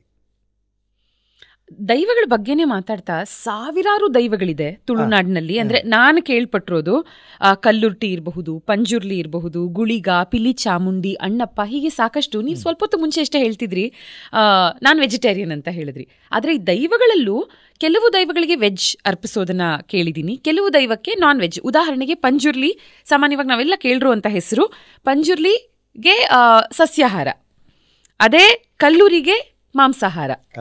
ಈ ವ್ಯತ್ಯಾಸ ಹೇಗೆ, ಯಾಕೆ? ನೋಡಿ, 1000 ದೈವಗಳು ಇಲ್ಲ. ಪ್ರಕೃತಿಯಲ್ಲಿ 1000 ದೈವಗಳಿಲ್ಲ. 2 ವಿಭಾಗಗಳನ್ನಾಗಿ ಮಾಡಬಹುದು. ಒಂದು ಪ್ರಾಕೃತಿಕ ಶಕ್ತಿ, ಇನ್ನೊಂದು ವ್ಯಕ್ತಿ ಹೋಗಿ ಶಕ್ತಿ ಆಗಿರುವಂಥದ್ದು. ರಾಮ, ಕೃಷ್ಣ, ಮತ್ತೆ ನಮ್ಮ ರಾಘವೇಂದ್ರ ಸ್ವಾಮಿ, ಯಾವ ರೀತಿ ಶಕ್ತಿ ಅದು? ಕೃಷ್ಣ, ರಾಮ ಭಗವಂತರು ಬಿಡಿ, ಆದರೆ ಧರೆಯ ಭಾರವನ್ನು ಇಳುವುದಕ್ಕೋಸ್ಕರ ಅವರು ವ್ಯಕ್ತಿಯಾಗಿ ಬಂದದ್ದು ಸತ್ಯ. ರಾಮೋ ವಿಗ್ರಹವನ್ ಧರ್ಮ, ಆದರೂ ಕೂಡ ಆತ್ಮಾನಂ ಮಾನುಷಂ ಮನ್ಯ ಅಂತ ಹೇಳ್ತಾನೆ, ಮನುಷ್ಯ ಅಂತ ಹೇಳ್ತಾನೆ. ಆದರೆ ಮನುಷ್ಯನಾಗಿ ಅವತಾರ ಎತ್ತಿರುವಂಥದ್ದು. ಅದೇ ರೀತಿ ಇಲ್ಲಿ ವ್ಯಕ್ತಿಗಳಾಗಿ ಅವತಾರ ಎತ್ತಿ ಶಕ್ತಿ ಆಗಿರುವಂಥ ಶಕ್ತಿಗಳು ಬೇರೆ, ಪ್ರಾಕೃತಿಕ ಶಕ್ತಿಗಳು ಬೇರೆ. ಪ್ರತಿಯೊಂದು ದೇವರು ಇಲ್ಲಿ ಹುಟ್ಟಿದಾನೆ, ಇಲ್ಲಿ ಅಂತ್ಯ ಅಂತ ಯಾವುದು ಆದಿ ಅಂತ್ಯ ರಾಹಿತ್ಯವಾಗಿರುವಂಥ ಪ್ರಾಕೃತಿಕ ಶಕ್ತಿಗಳು. ಅದು ಯಾವುದಂತ ಹೇಳಿದ್ರೆ ನಮ್ಮ ಪಂಜುರ್ಲಿ, ಜುಮಾದಿ, ಪಿಲಿಚಂಡಿ, ಮೈಸಂದಾಯ, ಜಾರಂದಾಯ, ಈ ಎಲ್ಲ ಶಕ್ತಿಗಳು ಪ್ರಾಕೃತಿಕ ಶಕ್ತಿಗಳು. ಶಕ್ತಿ ಒಂದೇ, ಅದನ್ನು ಜಾರದಲ್ಲಿ ಹೋದರೆ ಜಾರಂದಾಯ ಅಂತ ಹೇಳಿ ಆಯಾಯ ಪ್ರದೇಶಕ್ಕೆ. ಆಯ್ತಾ? ಕಂಡ, ಗದ್ದೆಯಲ್ಲಿ ಆರಾಧನೆ ಕಂಡದಾಯ ಅಂತ ಹೇಳಿ, ಮಲಾರಿನಲ್ಲಿ ಆರಾಧನೆ ಮಲರಾಯ ಅಂತ ಹೇಳಿ, ಜೀವ ಉಳಿಸಿದ್ರೆ ಜುಮಾದಿ ಅಂತ ಹೇಳಿ. ಶಕ್ತಿ ಎರಡೇ ಪ್ರಕಾರ. ವ್ಯಕ್ತಿಯೋಗಿ ಶಕ್ತಿ ಆಗಿರೋ ಕಲ್ಲುರುಟಿ, ಕಲ್ಕುಡ, ಅದು ಕಾಳಮ್ಮ ವೀರ ಅನ್ನುವಂಥ ಅಣ್ಣ ತಂಗಿ ಕಲ್ಲುಟಿ ಕಲ್ಕುಡ ಶಕ್ತಿ ಆದರು ಅಂತ ನಂಬಿಕೆ. ಅದು ಕತೆ, ಚರಿತ್ರೆ, ಅದು ಇದ್ದದ್ದೇ. ಈ ವಿಭಾಗ ಬಿಟ್ಟರೆ 1000 ದೈವಗಳು ಅನ್ನುವಂಥದ್ದು 1001 ಭೂತಗಳು ಎಲ್ಲ ಸುಳ್ಳು. ಇಲ್ಲ ಕೇಳಿದರೆ ಪ್ರತಿಯೊಬ್ಬ ಆತ ಭೂತ ಆಗ್ತಾನೆ. ತುಳು ನೆಲದವರು ಪ್ರತಿಯೊಬ್ಬರು ಭೂತತ್ವಕ್ಕೆ ಇರುವಂಥದ್ದಿದೆ. ಭೂತಾರಾಧನೆ ಅಂತ ಹೇಳಿದ್ರೆ ಅದು ಹೇಗೆ ಅಂತ ಹೇಳಿದ್ರೆ, ಒಬ್ಬ ವ್ಯಕ್ತಿ ಮನುಷ್ಯನಾಗಿ ಹುಟ್ಟಿದವ ತೀರ್ಕೊಳ್ಳೇಬೇಕಲ್ಲ, ಸಡನ್ ಆಗಿ ತೀರ್ಕೊಳ್ತಾನೆ. ಅವನಿಗೆ ಆಸೆ ಇರ್ತದೆ, ನಾನು ನಾಳೆ ಬೆಂಗಳೂರಲ್ಲಿ 2 ಪ್ರೋಗ್ರಾಮ್ ಕೊಡಬೇಕು, ನಾಳಿದ್ದು ಮಂಗಳೂರಲ್ಲಿ ಕಾರ್ಯಕ್ರಮ ಇದೆ, ಯಕ್ಷಗಾನ ಇದೆ, ಅದಿದೆ ಇದಿದೆ, ಪಟಕ್ಕ ಸಾಯ್ತಾನೆ. ಆಸೆಯೊಂದಿಗೆ ಸಾಯ್ತಾನೆ. ಆಸೆಯೊಂದಿಗೆ ಸತ್ತಾಕ್ಷಣ ಅದನ್ನು ಕಾಲೆ ಅಂತ ಕರೆಯುವಂಥದ್ದು. ಕಾಲೆ ಅಂದರೆ ಕಪ್ಪು ಅಂತ ಒಂದು ಅರ್ಥ, ಇನ್ನೊಂದು ಅತೃಪ್ತ ಆತ್ಮ ಅಂತ ಹೆಸರು. ಅದು ಕಾಲೆ ಅಂತ ಆಗ್ತದೆ. ಅವನು ನಮ್ಮಲ್ಲಿ ಸುಡುವುದಲ್ಲ, ಕೆಲವು ಇದೆ, ಸುಟ್ಟು 3 ದಿವಸ ಇಲ್ಲ 5 ದಿವಸದಲ್ಲೂ ಧೂಳಪ್ಪ ಅಂತ ಇದೆ, ಬೂದಿ ಮಾಡೋದಂತಿದೆ. ಅಲ್ಲಿಂದ ಶ್ರಾದ್ದದವರೆಗೆ 11 ದಿವಸವೋ 13 ದಿವಸವೋ 14 ದಿವಸ ಅಲ್ಲಿನವರೆಗೆ ನಮ್ಮಲ್ಲಿ ನೀರು ಪಗಪುನಿ ಅಂತ ಪದ್ಧತಿ ಇದೆ. ಅಂದರೆ ಯಾರು ಕರ್ಮಾಂಗವನ್ನು ಸ್ವೀಕರಿಸ ಮಗ ಬಾವಿಯಿಂದ ನೀರನ್ನು ತಂಬಿಗೆಯಲ್ಲಿ ಬಿಳಿ ಬಟ್ಟೆ ಹಾಕೊಂಡು ಹೊತ್ಕೊಂಡು ಬಂದು, ಅವನ ಹಿಂದೆ ಕುಟುಂಬದವರು ಬರೋದು, ಗಂಡಸರು ಮಾತ್ರ, ಹೆಂಗಸರು ಒಳಗೆ ಒಂದು ಮನೆಯ ಚಾವಡಿಯಲ್ಲಿ ಮನೆಯ ಮೇಲೆ ಆ ತಂಬಿಗೆಯನ್ನಿಟ್ಟು ದೀಪ ಇಟ್ಟು ಲೋಬಾನವನ್ನು ಇಟ್ಟು ಹೆಂಗಸರು ಶಿರಸ್ತ್ರಾನವನ್ನು ಹಾಕಿ ತಲೆಗೆ ಬಟ್ಟೆಯನ್ನು ಹಾಕಿ ಮುರಿಯ ಇಡುವುದು ಅಂತೇಳಿ ಶ್ರದ್ಧಾಂಜಲಿ, ಸಂಬಂಧ ಸೂಚ್ಯವಾಗಿ ಮುರಿಯ ಇಡೋದು. ತಂದೆ ಆದರೆ ಉಲೋ ಅಮ್ಮೆರೆ ಅಂತ ಕರೆಯೋದು, ತಾಯಿ ಆದರೆ ಉಲೋ ಅಮ್ಮ, ಅಜ್ಜ ಆದರೆ ಉಲೋ ಅಜ್ಜ, ಮಾವ ಆದರೆ ಉಲೋ ಮಾವ ಅಂತ 3 ಸಾರಿ ಕರೆಯೋದು. ಉಲೋ ಅಮ್ಮೆರೆ 3 ಸಾರಿ. ಇವರು ಮಾಡಬದಿಯಲ್ಲಿ ನಿಂತು, ಗಂಡಸರು ಅದನ್ನಿಟ್ಟು ಮಾಡಬದಿಯಲ್ಲಿ ನಿಂತು ಮುಖಾಮುಖಿಯಾಗಿ, ಕುಟುಂಬದವರು ಮತ್ತು ಮಕ್ಕಳು ಮುಖಾಮುಖಿಯಾಗಿ ಕೈಯನ್ನು ಹೀಗಿಡಬೇಕು. ಆದ್ದರಿಂದ ನಮ್ಮಲ್ಲಿ ಹೀಗೆ ಇಟ್ಟ ಈಯರೆಗೆ ಮುರಿಯ ದೀಪನ ಅಂತ ಹೇಳ್ತಾರೆ. ಹೀಗೆ ಕೈ ಬಾಕಿ ಸಮಯ ಇಡ್ಲಿಕ್ಕೆ ಇಡ್ಲ, ಹೀಗೆ ಇಟ್ಟು ಅಥವಾ 3 ಸಾರಿ ಮುರಿಯ ಇಟ್ಟು ಭೂಮಿಯನ್ನು ನಮಸ್ಕರಿಸುವಂಥ ಈ ಪ್ರಕ್ರಿಯೆಯಲ್ಲಿ 11 ದಿವಸಗಳ ಕಾಲ 13 ದಿವಸಕ್ಕೆ ಈ ಪ್ರಕ್ರಿಯೆ ನಡೆದಾಗ ಈ ಕಾಲೆ ಪರಿಶುದ್ಧ ಆಗಿ ಅದು ಕುಲೆ ಆಗ್ತದೆ, ಪ್ರೇತ ಆಗ್ತದೆ ಅಂತ ನಂಬಿಕೆ. ಅದಕ್ಕೆ ಎಡೆಬಡಿಸುವುದು, ಒಂದು ಎಲೆ ಬಡಿಸುವಂಥದ್ದು ರಾತ್ರಿ. ಹಗಲಲ್ಲಿ ದುಃಖವನ್ನು ಮರೆತು ಸಿಹಿಯನ್ನು ತಿನ್ನೋದು ಅಂತ ಹಗಲಲ್ಲಿ, ರಾತ್ರಿ ಎಡೆಬಡಿಸುವುದು ಆ ಕುಲೆ ಪ್ರೇತ. ಇದು ಈತನ ಕುಟುಂಬದ ದೈವಗಳಿಗೆ 12 ಸಂಕ್ರಾಂತಿ, ಚೌತಿ, ಹಬ್ಬ, ನಾಗತನು ಮತ್ತು ಮುಡಿಪು 16 ಕಟ್ಲೆಗಳು ಪೂರ್ತಿ ಆದ ತಕ್ಷಣ ಈ ಕುಲೆ ಏನಾಗ್ತದೆ, ಅದು ಭೂತ ಆಗ್ತದೆ, ಅದು ಪರಿಶುದ್ಧ, ಅದು ದೈವತ್ವಕ್ಕೆ ಇರುತ್ತೆ. ಇದನ್ನ ಪಂಜುರ್ಲಿಯ ಪಾದಕ್ಕೆ ಹಾಕುವಂಥದ್ದು, ಸತ್ಯದ ಪಾದಕ್ಕೆ ಹಾಕುವಂಥದ್ದು, ಪಂಜುರ್ಲಿಯೊಂದಿಗೆ ಮತ್ತೆ ಆತ ನಮ್ಮನ್ನು ಕಾಯುವಂಥದ್ದು. ಮನೆಯಲ್ಲಿ ದೊಡ್ಡ ಇರುವೆ ಬಂದ್ರೆ, ಅಜ್ಜರೇ ದೊಡ್ಡ ಇರುವೆ ಬಂದಿದೆ, ನಿಮಗೆ ತೇಡೆ ಮೀನಿನ ಪದಾರ್ಥ ಇಡ್ತೇನೆ, ನಮ್ಮನ್ನು ಕಾಯಬೇಕು. ಎಲ್ಲಿ ಹೋಗ್ತದೆ ಅಂತಿಲ್ಲ. ಮಕ್ಕಳಿಗೆ ಜ್ವರ ಬಂದಿದೆ, ನಿಮಗೆ ಬಂಗಡೆ ಮೀನಿನ ಪದಾರ್ಥ ಇಡ್ತೇನೆ, ಅದನ್ನು ಐಡೆದಡ್ಡೆ ಅಂತ ಅಲ್ಲಿ ಇಡುವಂಥದ್ದು. ಎಲ್ಲಿಯೋ ಸೈಕಾಲಜಿಕಲ್ ಟ್ರೀಟ್ಮೆಂಟ್ ಅಂತ, ಮನೋವಿಜ್ಞಾನ ಇದು. ಆಯ್ತಾ? ಆ ರೀತಿ ಹಿರಿಯರು ನಂಬುವಂಥದ್ದು, ಆ ಹಿರಿಯರು ನಮ್ಮನ್ನು ಕಾಯುವಂಥದ್ದು ದೈವಗಳ ಆದ್ದರಿಂದ ಸಾರಮಾನ್ಯ ಭೂತೋಳಂದ, ಮಾನ್ಯ ಅಂದರೆ ಮನುಷ್ಯನ, ಭೂತೋಳು ಅಂದರೆ ಇವರು ದೈವತ್ವಕ್ಕೆ ಏರಿದವರು. ಸತ್ಯಗಳು ಬೇರೆ, ದೈವಗಳು ಬೇರೆ. ಸತ್ಯವನ್ನೇ ನಾವು ದೈವ ಅಂತ ಕರೀತೀವಿ. ಸತ್ಯಗಳು ಬೇರೆ, ಭೂತಗಳು ಬೇರೆ. ಈಗೇನಾಗಿದೆ, ವಾಡಿಕೆಯಲ್ಲಿ ಎಲ್ಲಕ್ಕೂ ಭೂತಾರಾಧನೆ ಅಂತ ಆಗಿದೆ. ಭೂತಾರಾಧನೆ ಬೇರೆ, ಭೂತಾರಾಧನೆ ಡೆವಿಲ್ ವರ್ಷಿಪ್, ನಮ್ಮದು ಟ್ರುತ್ ವರ್ಷಿಪ್, ಸತ್ಯಾರಾಧನೆ. ಇದೇನಾಯಿತು, ಮೆನ್ನರಾಗಿರ್ಬೋದು, ಕಾಳ್ವೆಲ್ಲ ಆಗಿರ್ಬೋದು, ಇಂಥವ್ರು ಬಂದಾಗ ಇವರಿಗೆ ಹೇಳಿಕೊಟ್ಟಂಥ ವ್ಯವಸ್ಥೆ. ಇಲ್ಲಿ ಕಲ್ಲುರುಟಿ ಆರಾಧನೆ ವ್ಯಕ್ತಿ ಯೋಗಿ ಶಕ್ತಿ ಅದು ಭೂತಾರಾಧನೆ, ಡೆವಿಲ್ ವರ್ಷಿಪ್ ಅಂತ ಬರೆದರು. ಅದನ್ನು ಏನಾಗಿದೆ, ಒಬ್ಬ ನಾವು ದೊಡ್ಡಣ್ಣನ ಚಲನಚಿತ್ರ ನೋಡಿದ್ದೇವೆ, ಅಲ್ಲಿ ದೇವರು ಕಾಣ್ತಾನೆ ಅಂತೇಳಿ ಮಂಗ ಮಾಡುವಂಥದ್ದು. ಆಮೇಲೆ ಹೆಂಡತಿ ತಪ್ಪಿದಾಳೆ ಇವಳಿಗೆ ತಯಾರಿದ್ದಾನ, ಇಲ್ಲ ನನಗೂ ದೇವರು ಖಂಡಿತ, ನನಗೆ ದೇವರು. ಅದನ್ನೇ ವಾಡಿಕೆಯಾಗಿನ ವಿದ್ವಾಂಸರೆಲ್ಲ ಅವರೆಲ್ಲ ನಾವು ಭೂತಾರಾಧನೆ ಹೇಳ್ಕೊಂಡು ಹೋಗೋದು ಹೊರತಾಗಿ ಭೂತಾರಾಧನೆ ಅನ್ನುವಂಥದ್ದು ಬೇರೆ, ಸತ್ಯಾರಾಧನೆ ಅನ್ನುವಂಥದ್ದು ಬೇರೆ. ನಿಜವಾಗಿ ಇಲ್ಲಿ ತುಳುನಾಡಿನಲ್ಲಿ ನಡೆಯುವಂಥದ್ದು ಸತ್ಯಾರಾಧನೆ. ಆದಿ ಅಂತ್ಯ ರಾಹಿತ್ಯವಾದಂತಹ ರೂಪ ಆಕಾರಗಳಿಲ್ಲದೆ ಇರುವಂಥದ್ದು ಆ ದೈವದ, ಅದಕ್ಕೆ ರೂಪಗಳನ್ನು ಮತ್ತೆ ತಂದಿರುವಂಥ ವ್ಯವಸ್ಥೆ ಆರಾಧನೆ. ಎಷ್ಟೆಲ್ಲ ಮಾತಾಡಬಹುದು ಈ ಆರಾಧನೆಗಳ ಬಗ್ಗೆ, ಆಚರಣೆಗಳ ಬಗ್ಗೆ. ಸರ್, ಸಾಕಷ್ಟನ್ನು ನಮಗೆ ತಿಳಿಸ್ಕೊಟ್ಟು ನಿಮ್ಮನ್ನ ಕಳಿಸ್ಕೊಡೋದಕ್ಕಿಂತ ಮುಂಚೆ ಕೊನೆಯದಾಗಿ ನಾನು ಇನ್ನೊಂದು ಪ್ರಶ್ನೆಯನ್ನು ಏನು ಕೇಳಬೇಕಂದ್ರೆ, ನಮ್ಮ ಕರ್ನಾಟಕದಲ್ಲಿ ದಸರಾ ನಾಡಹಬ್ಬ ಹೌದು, 2 ದಸರಾಗಳು ಬಹಳ ವಿಶೇಷ. ಒಂದು ಮೈಸೂರು ದಸರಾ, ಮತ್ತೊಂದು ಮಂಗಳೂರು ದಸರಾ. ಮಂಗಳೂರು ದಸರಾದ ಬಗ್ಗೆ ನಮಗೆ ಹೇಳೋದಕ್ಕಾಗತ್ತಾ? ಖಂಡಿತ ನಾವು ಮೆಚ್ಕೊಳ್ಬೇಕು. ನಾನು ಯಾಕೆ ಹೇಳ್ತೇನೆ ಅಂತ ಹೇಳಿದ್ರೆ, ಬ್ರಹ್ಮಶ್ರೀ ನಾರಾಯಣ ಗುರುಗಳು ಒಂದೇ ಜಾತಿ, ಒಂದೇ ಮತ, ಒಂದೇ ದೇವರು ಅಂತೇಳಿದರೆ ಈಡಿಗ ಸಮುದಾಯದಲ್ಲಿ ಹುಟ್ಟಿದವರು. ಸಮಾಜದಲ್ಲಿ ಆಗಿರುವಂಥ ತುಳಿತವನ್ನು, ಭೇದವನ್ನು ತೊಡೆದು ಹಾಕೋದಕ್ಕೆ ಒಂದು ಅವತಾರ ಪುರುಷ ಅಂತಲೇ ಹೇಳಬೇಕು ಅವರನ್ನು. ಸಾಮಾಜಿಕ ಕ್ರಾಂತಿ ಹರಿಕಾರ ನೇತಾರ. ಅವರು ಹೇಳಿರುವಂಥದ್ದು ಒಂದೇ ಜಾತಿ, ಮನುಷ್ಯ ಒಂದೇ ಜಾತಿ. ಯಾರು ಪರಿತ್ಯಕ್ತರಿದ್ದಾರೆ, ಯಾರು ಶೋಷಿತರಿದ್ದಾರೆ, ಯಾರು ದಿನದಲ್ಲಿದ್ದಾರೆ, ಅವರೆಲ್ಲರೂ ಒಂದೇ ಜಾತಿ. ಇದು ನಮ್ಮ ಶಿವ ಅಂತೇಳಿ ಆರಾಧನೆ ಮಾಡಿದ ಬ್ರಹ್ಮಶ್ರೀ ನಾರಾಯಣ ಗುರುಗಳು ಬಂದು ನಿಂತು ಅವರು ಆರಾಧನೆ ಮಾಡಿರುವಂಥದ್ದು.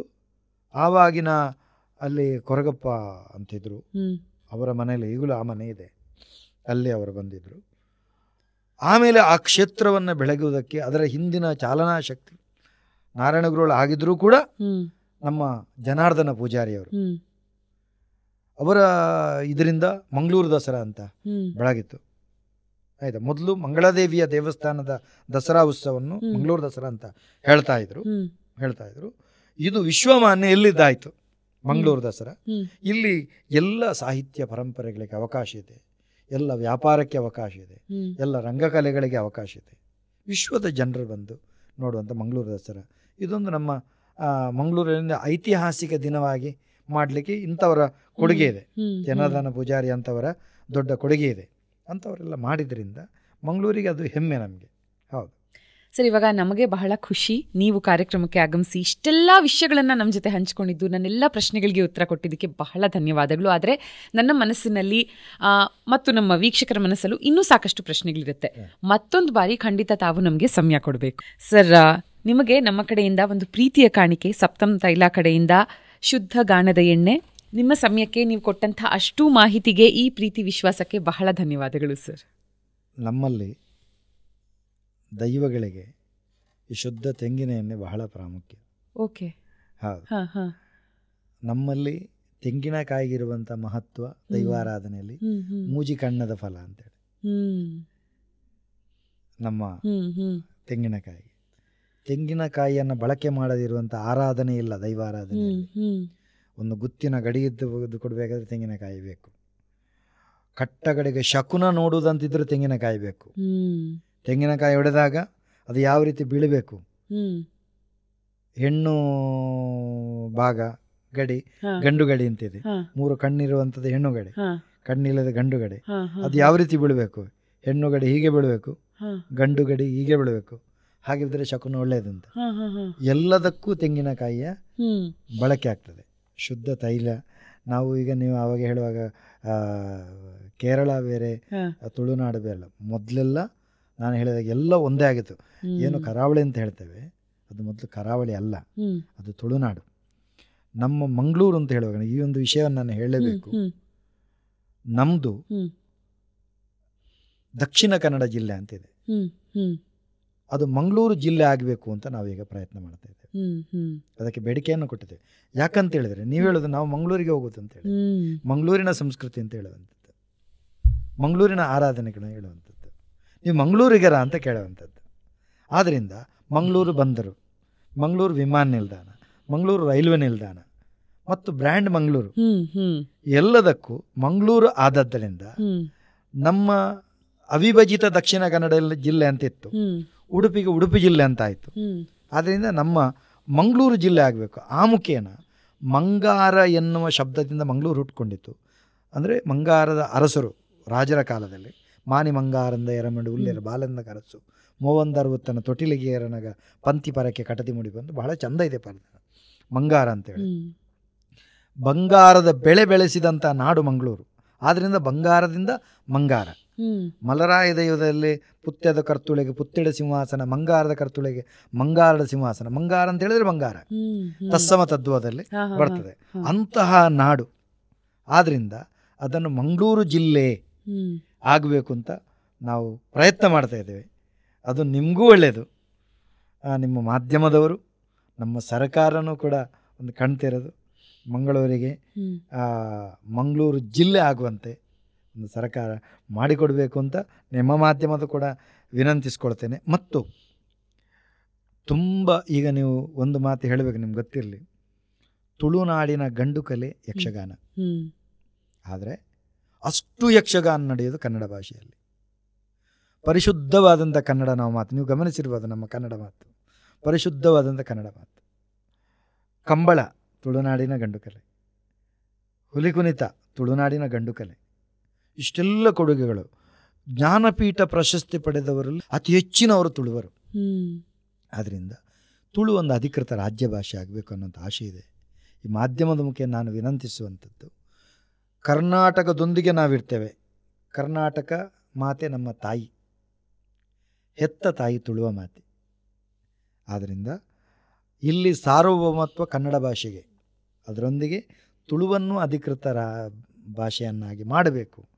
ಯಾವ ರೀತಿ ಬೇರೆ ಬೇರೆ ರಾಜ್ಯಗಳಲ್ಲಿ ಒಂದು 5-6 ಭಾಷೆಗಳು ಅಧಿಕೃತವಾಗಿದೆಯೋ ಅದೇ ರೀತಿ ಕರ್ನಾಟಕ ರಾಜ್ಯದಲ್ಲೂ ತುಳು ಭಾಷೆಯು ಒಂದು ಅಧಿಕೃತವಾಗಿ ರಾಜ್ಯ ಭಾಷೆಗೆ ಮಾಡಬೇಕು ಅಂತ ನಿಮ್ಮ ಮಾಧ್ಯಮದ ಮುಖೇನ ಪೂರ್ವಾಧ್ಯಕ್ಷನಾಗಿ, ಕರ್ನಾಟಕ ತುಳು ಸಾಹಿತ್ಯ ಅಕಾಡೆಮಿಯ ಪೂರ್ವಾಧ್ಯಕ್ಷನಾಗಿ, ಒಂದು ತವಳುವ ಮಾತೆಯ ಮಗನಾಗಿ, ಒಬ್ಬ ದೈವಾರಾಧಕನಾಗಿ, ತುಳುವರ ಪ್ರತಿನಿಧಿಯಾಗಿ ನಿಮ್ಮ ಮಾಧ್ಯಮದ ಮುಖೇನ ನಾನು ಭಿನ್ನವಿಸಿಕೊಳ್ಳುತ್ತಿದ್ದೇನೆ.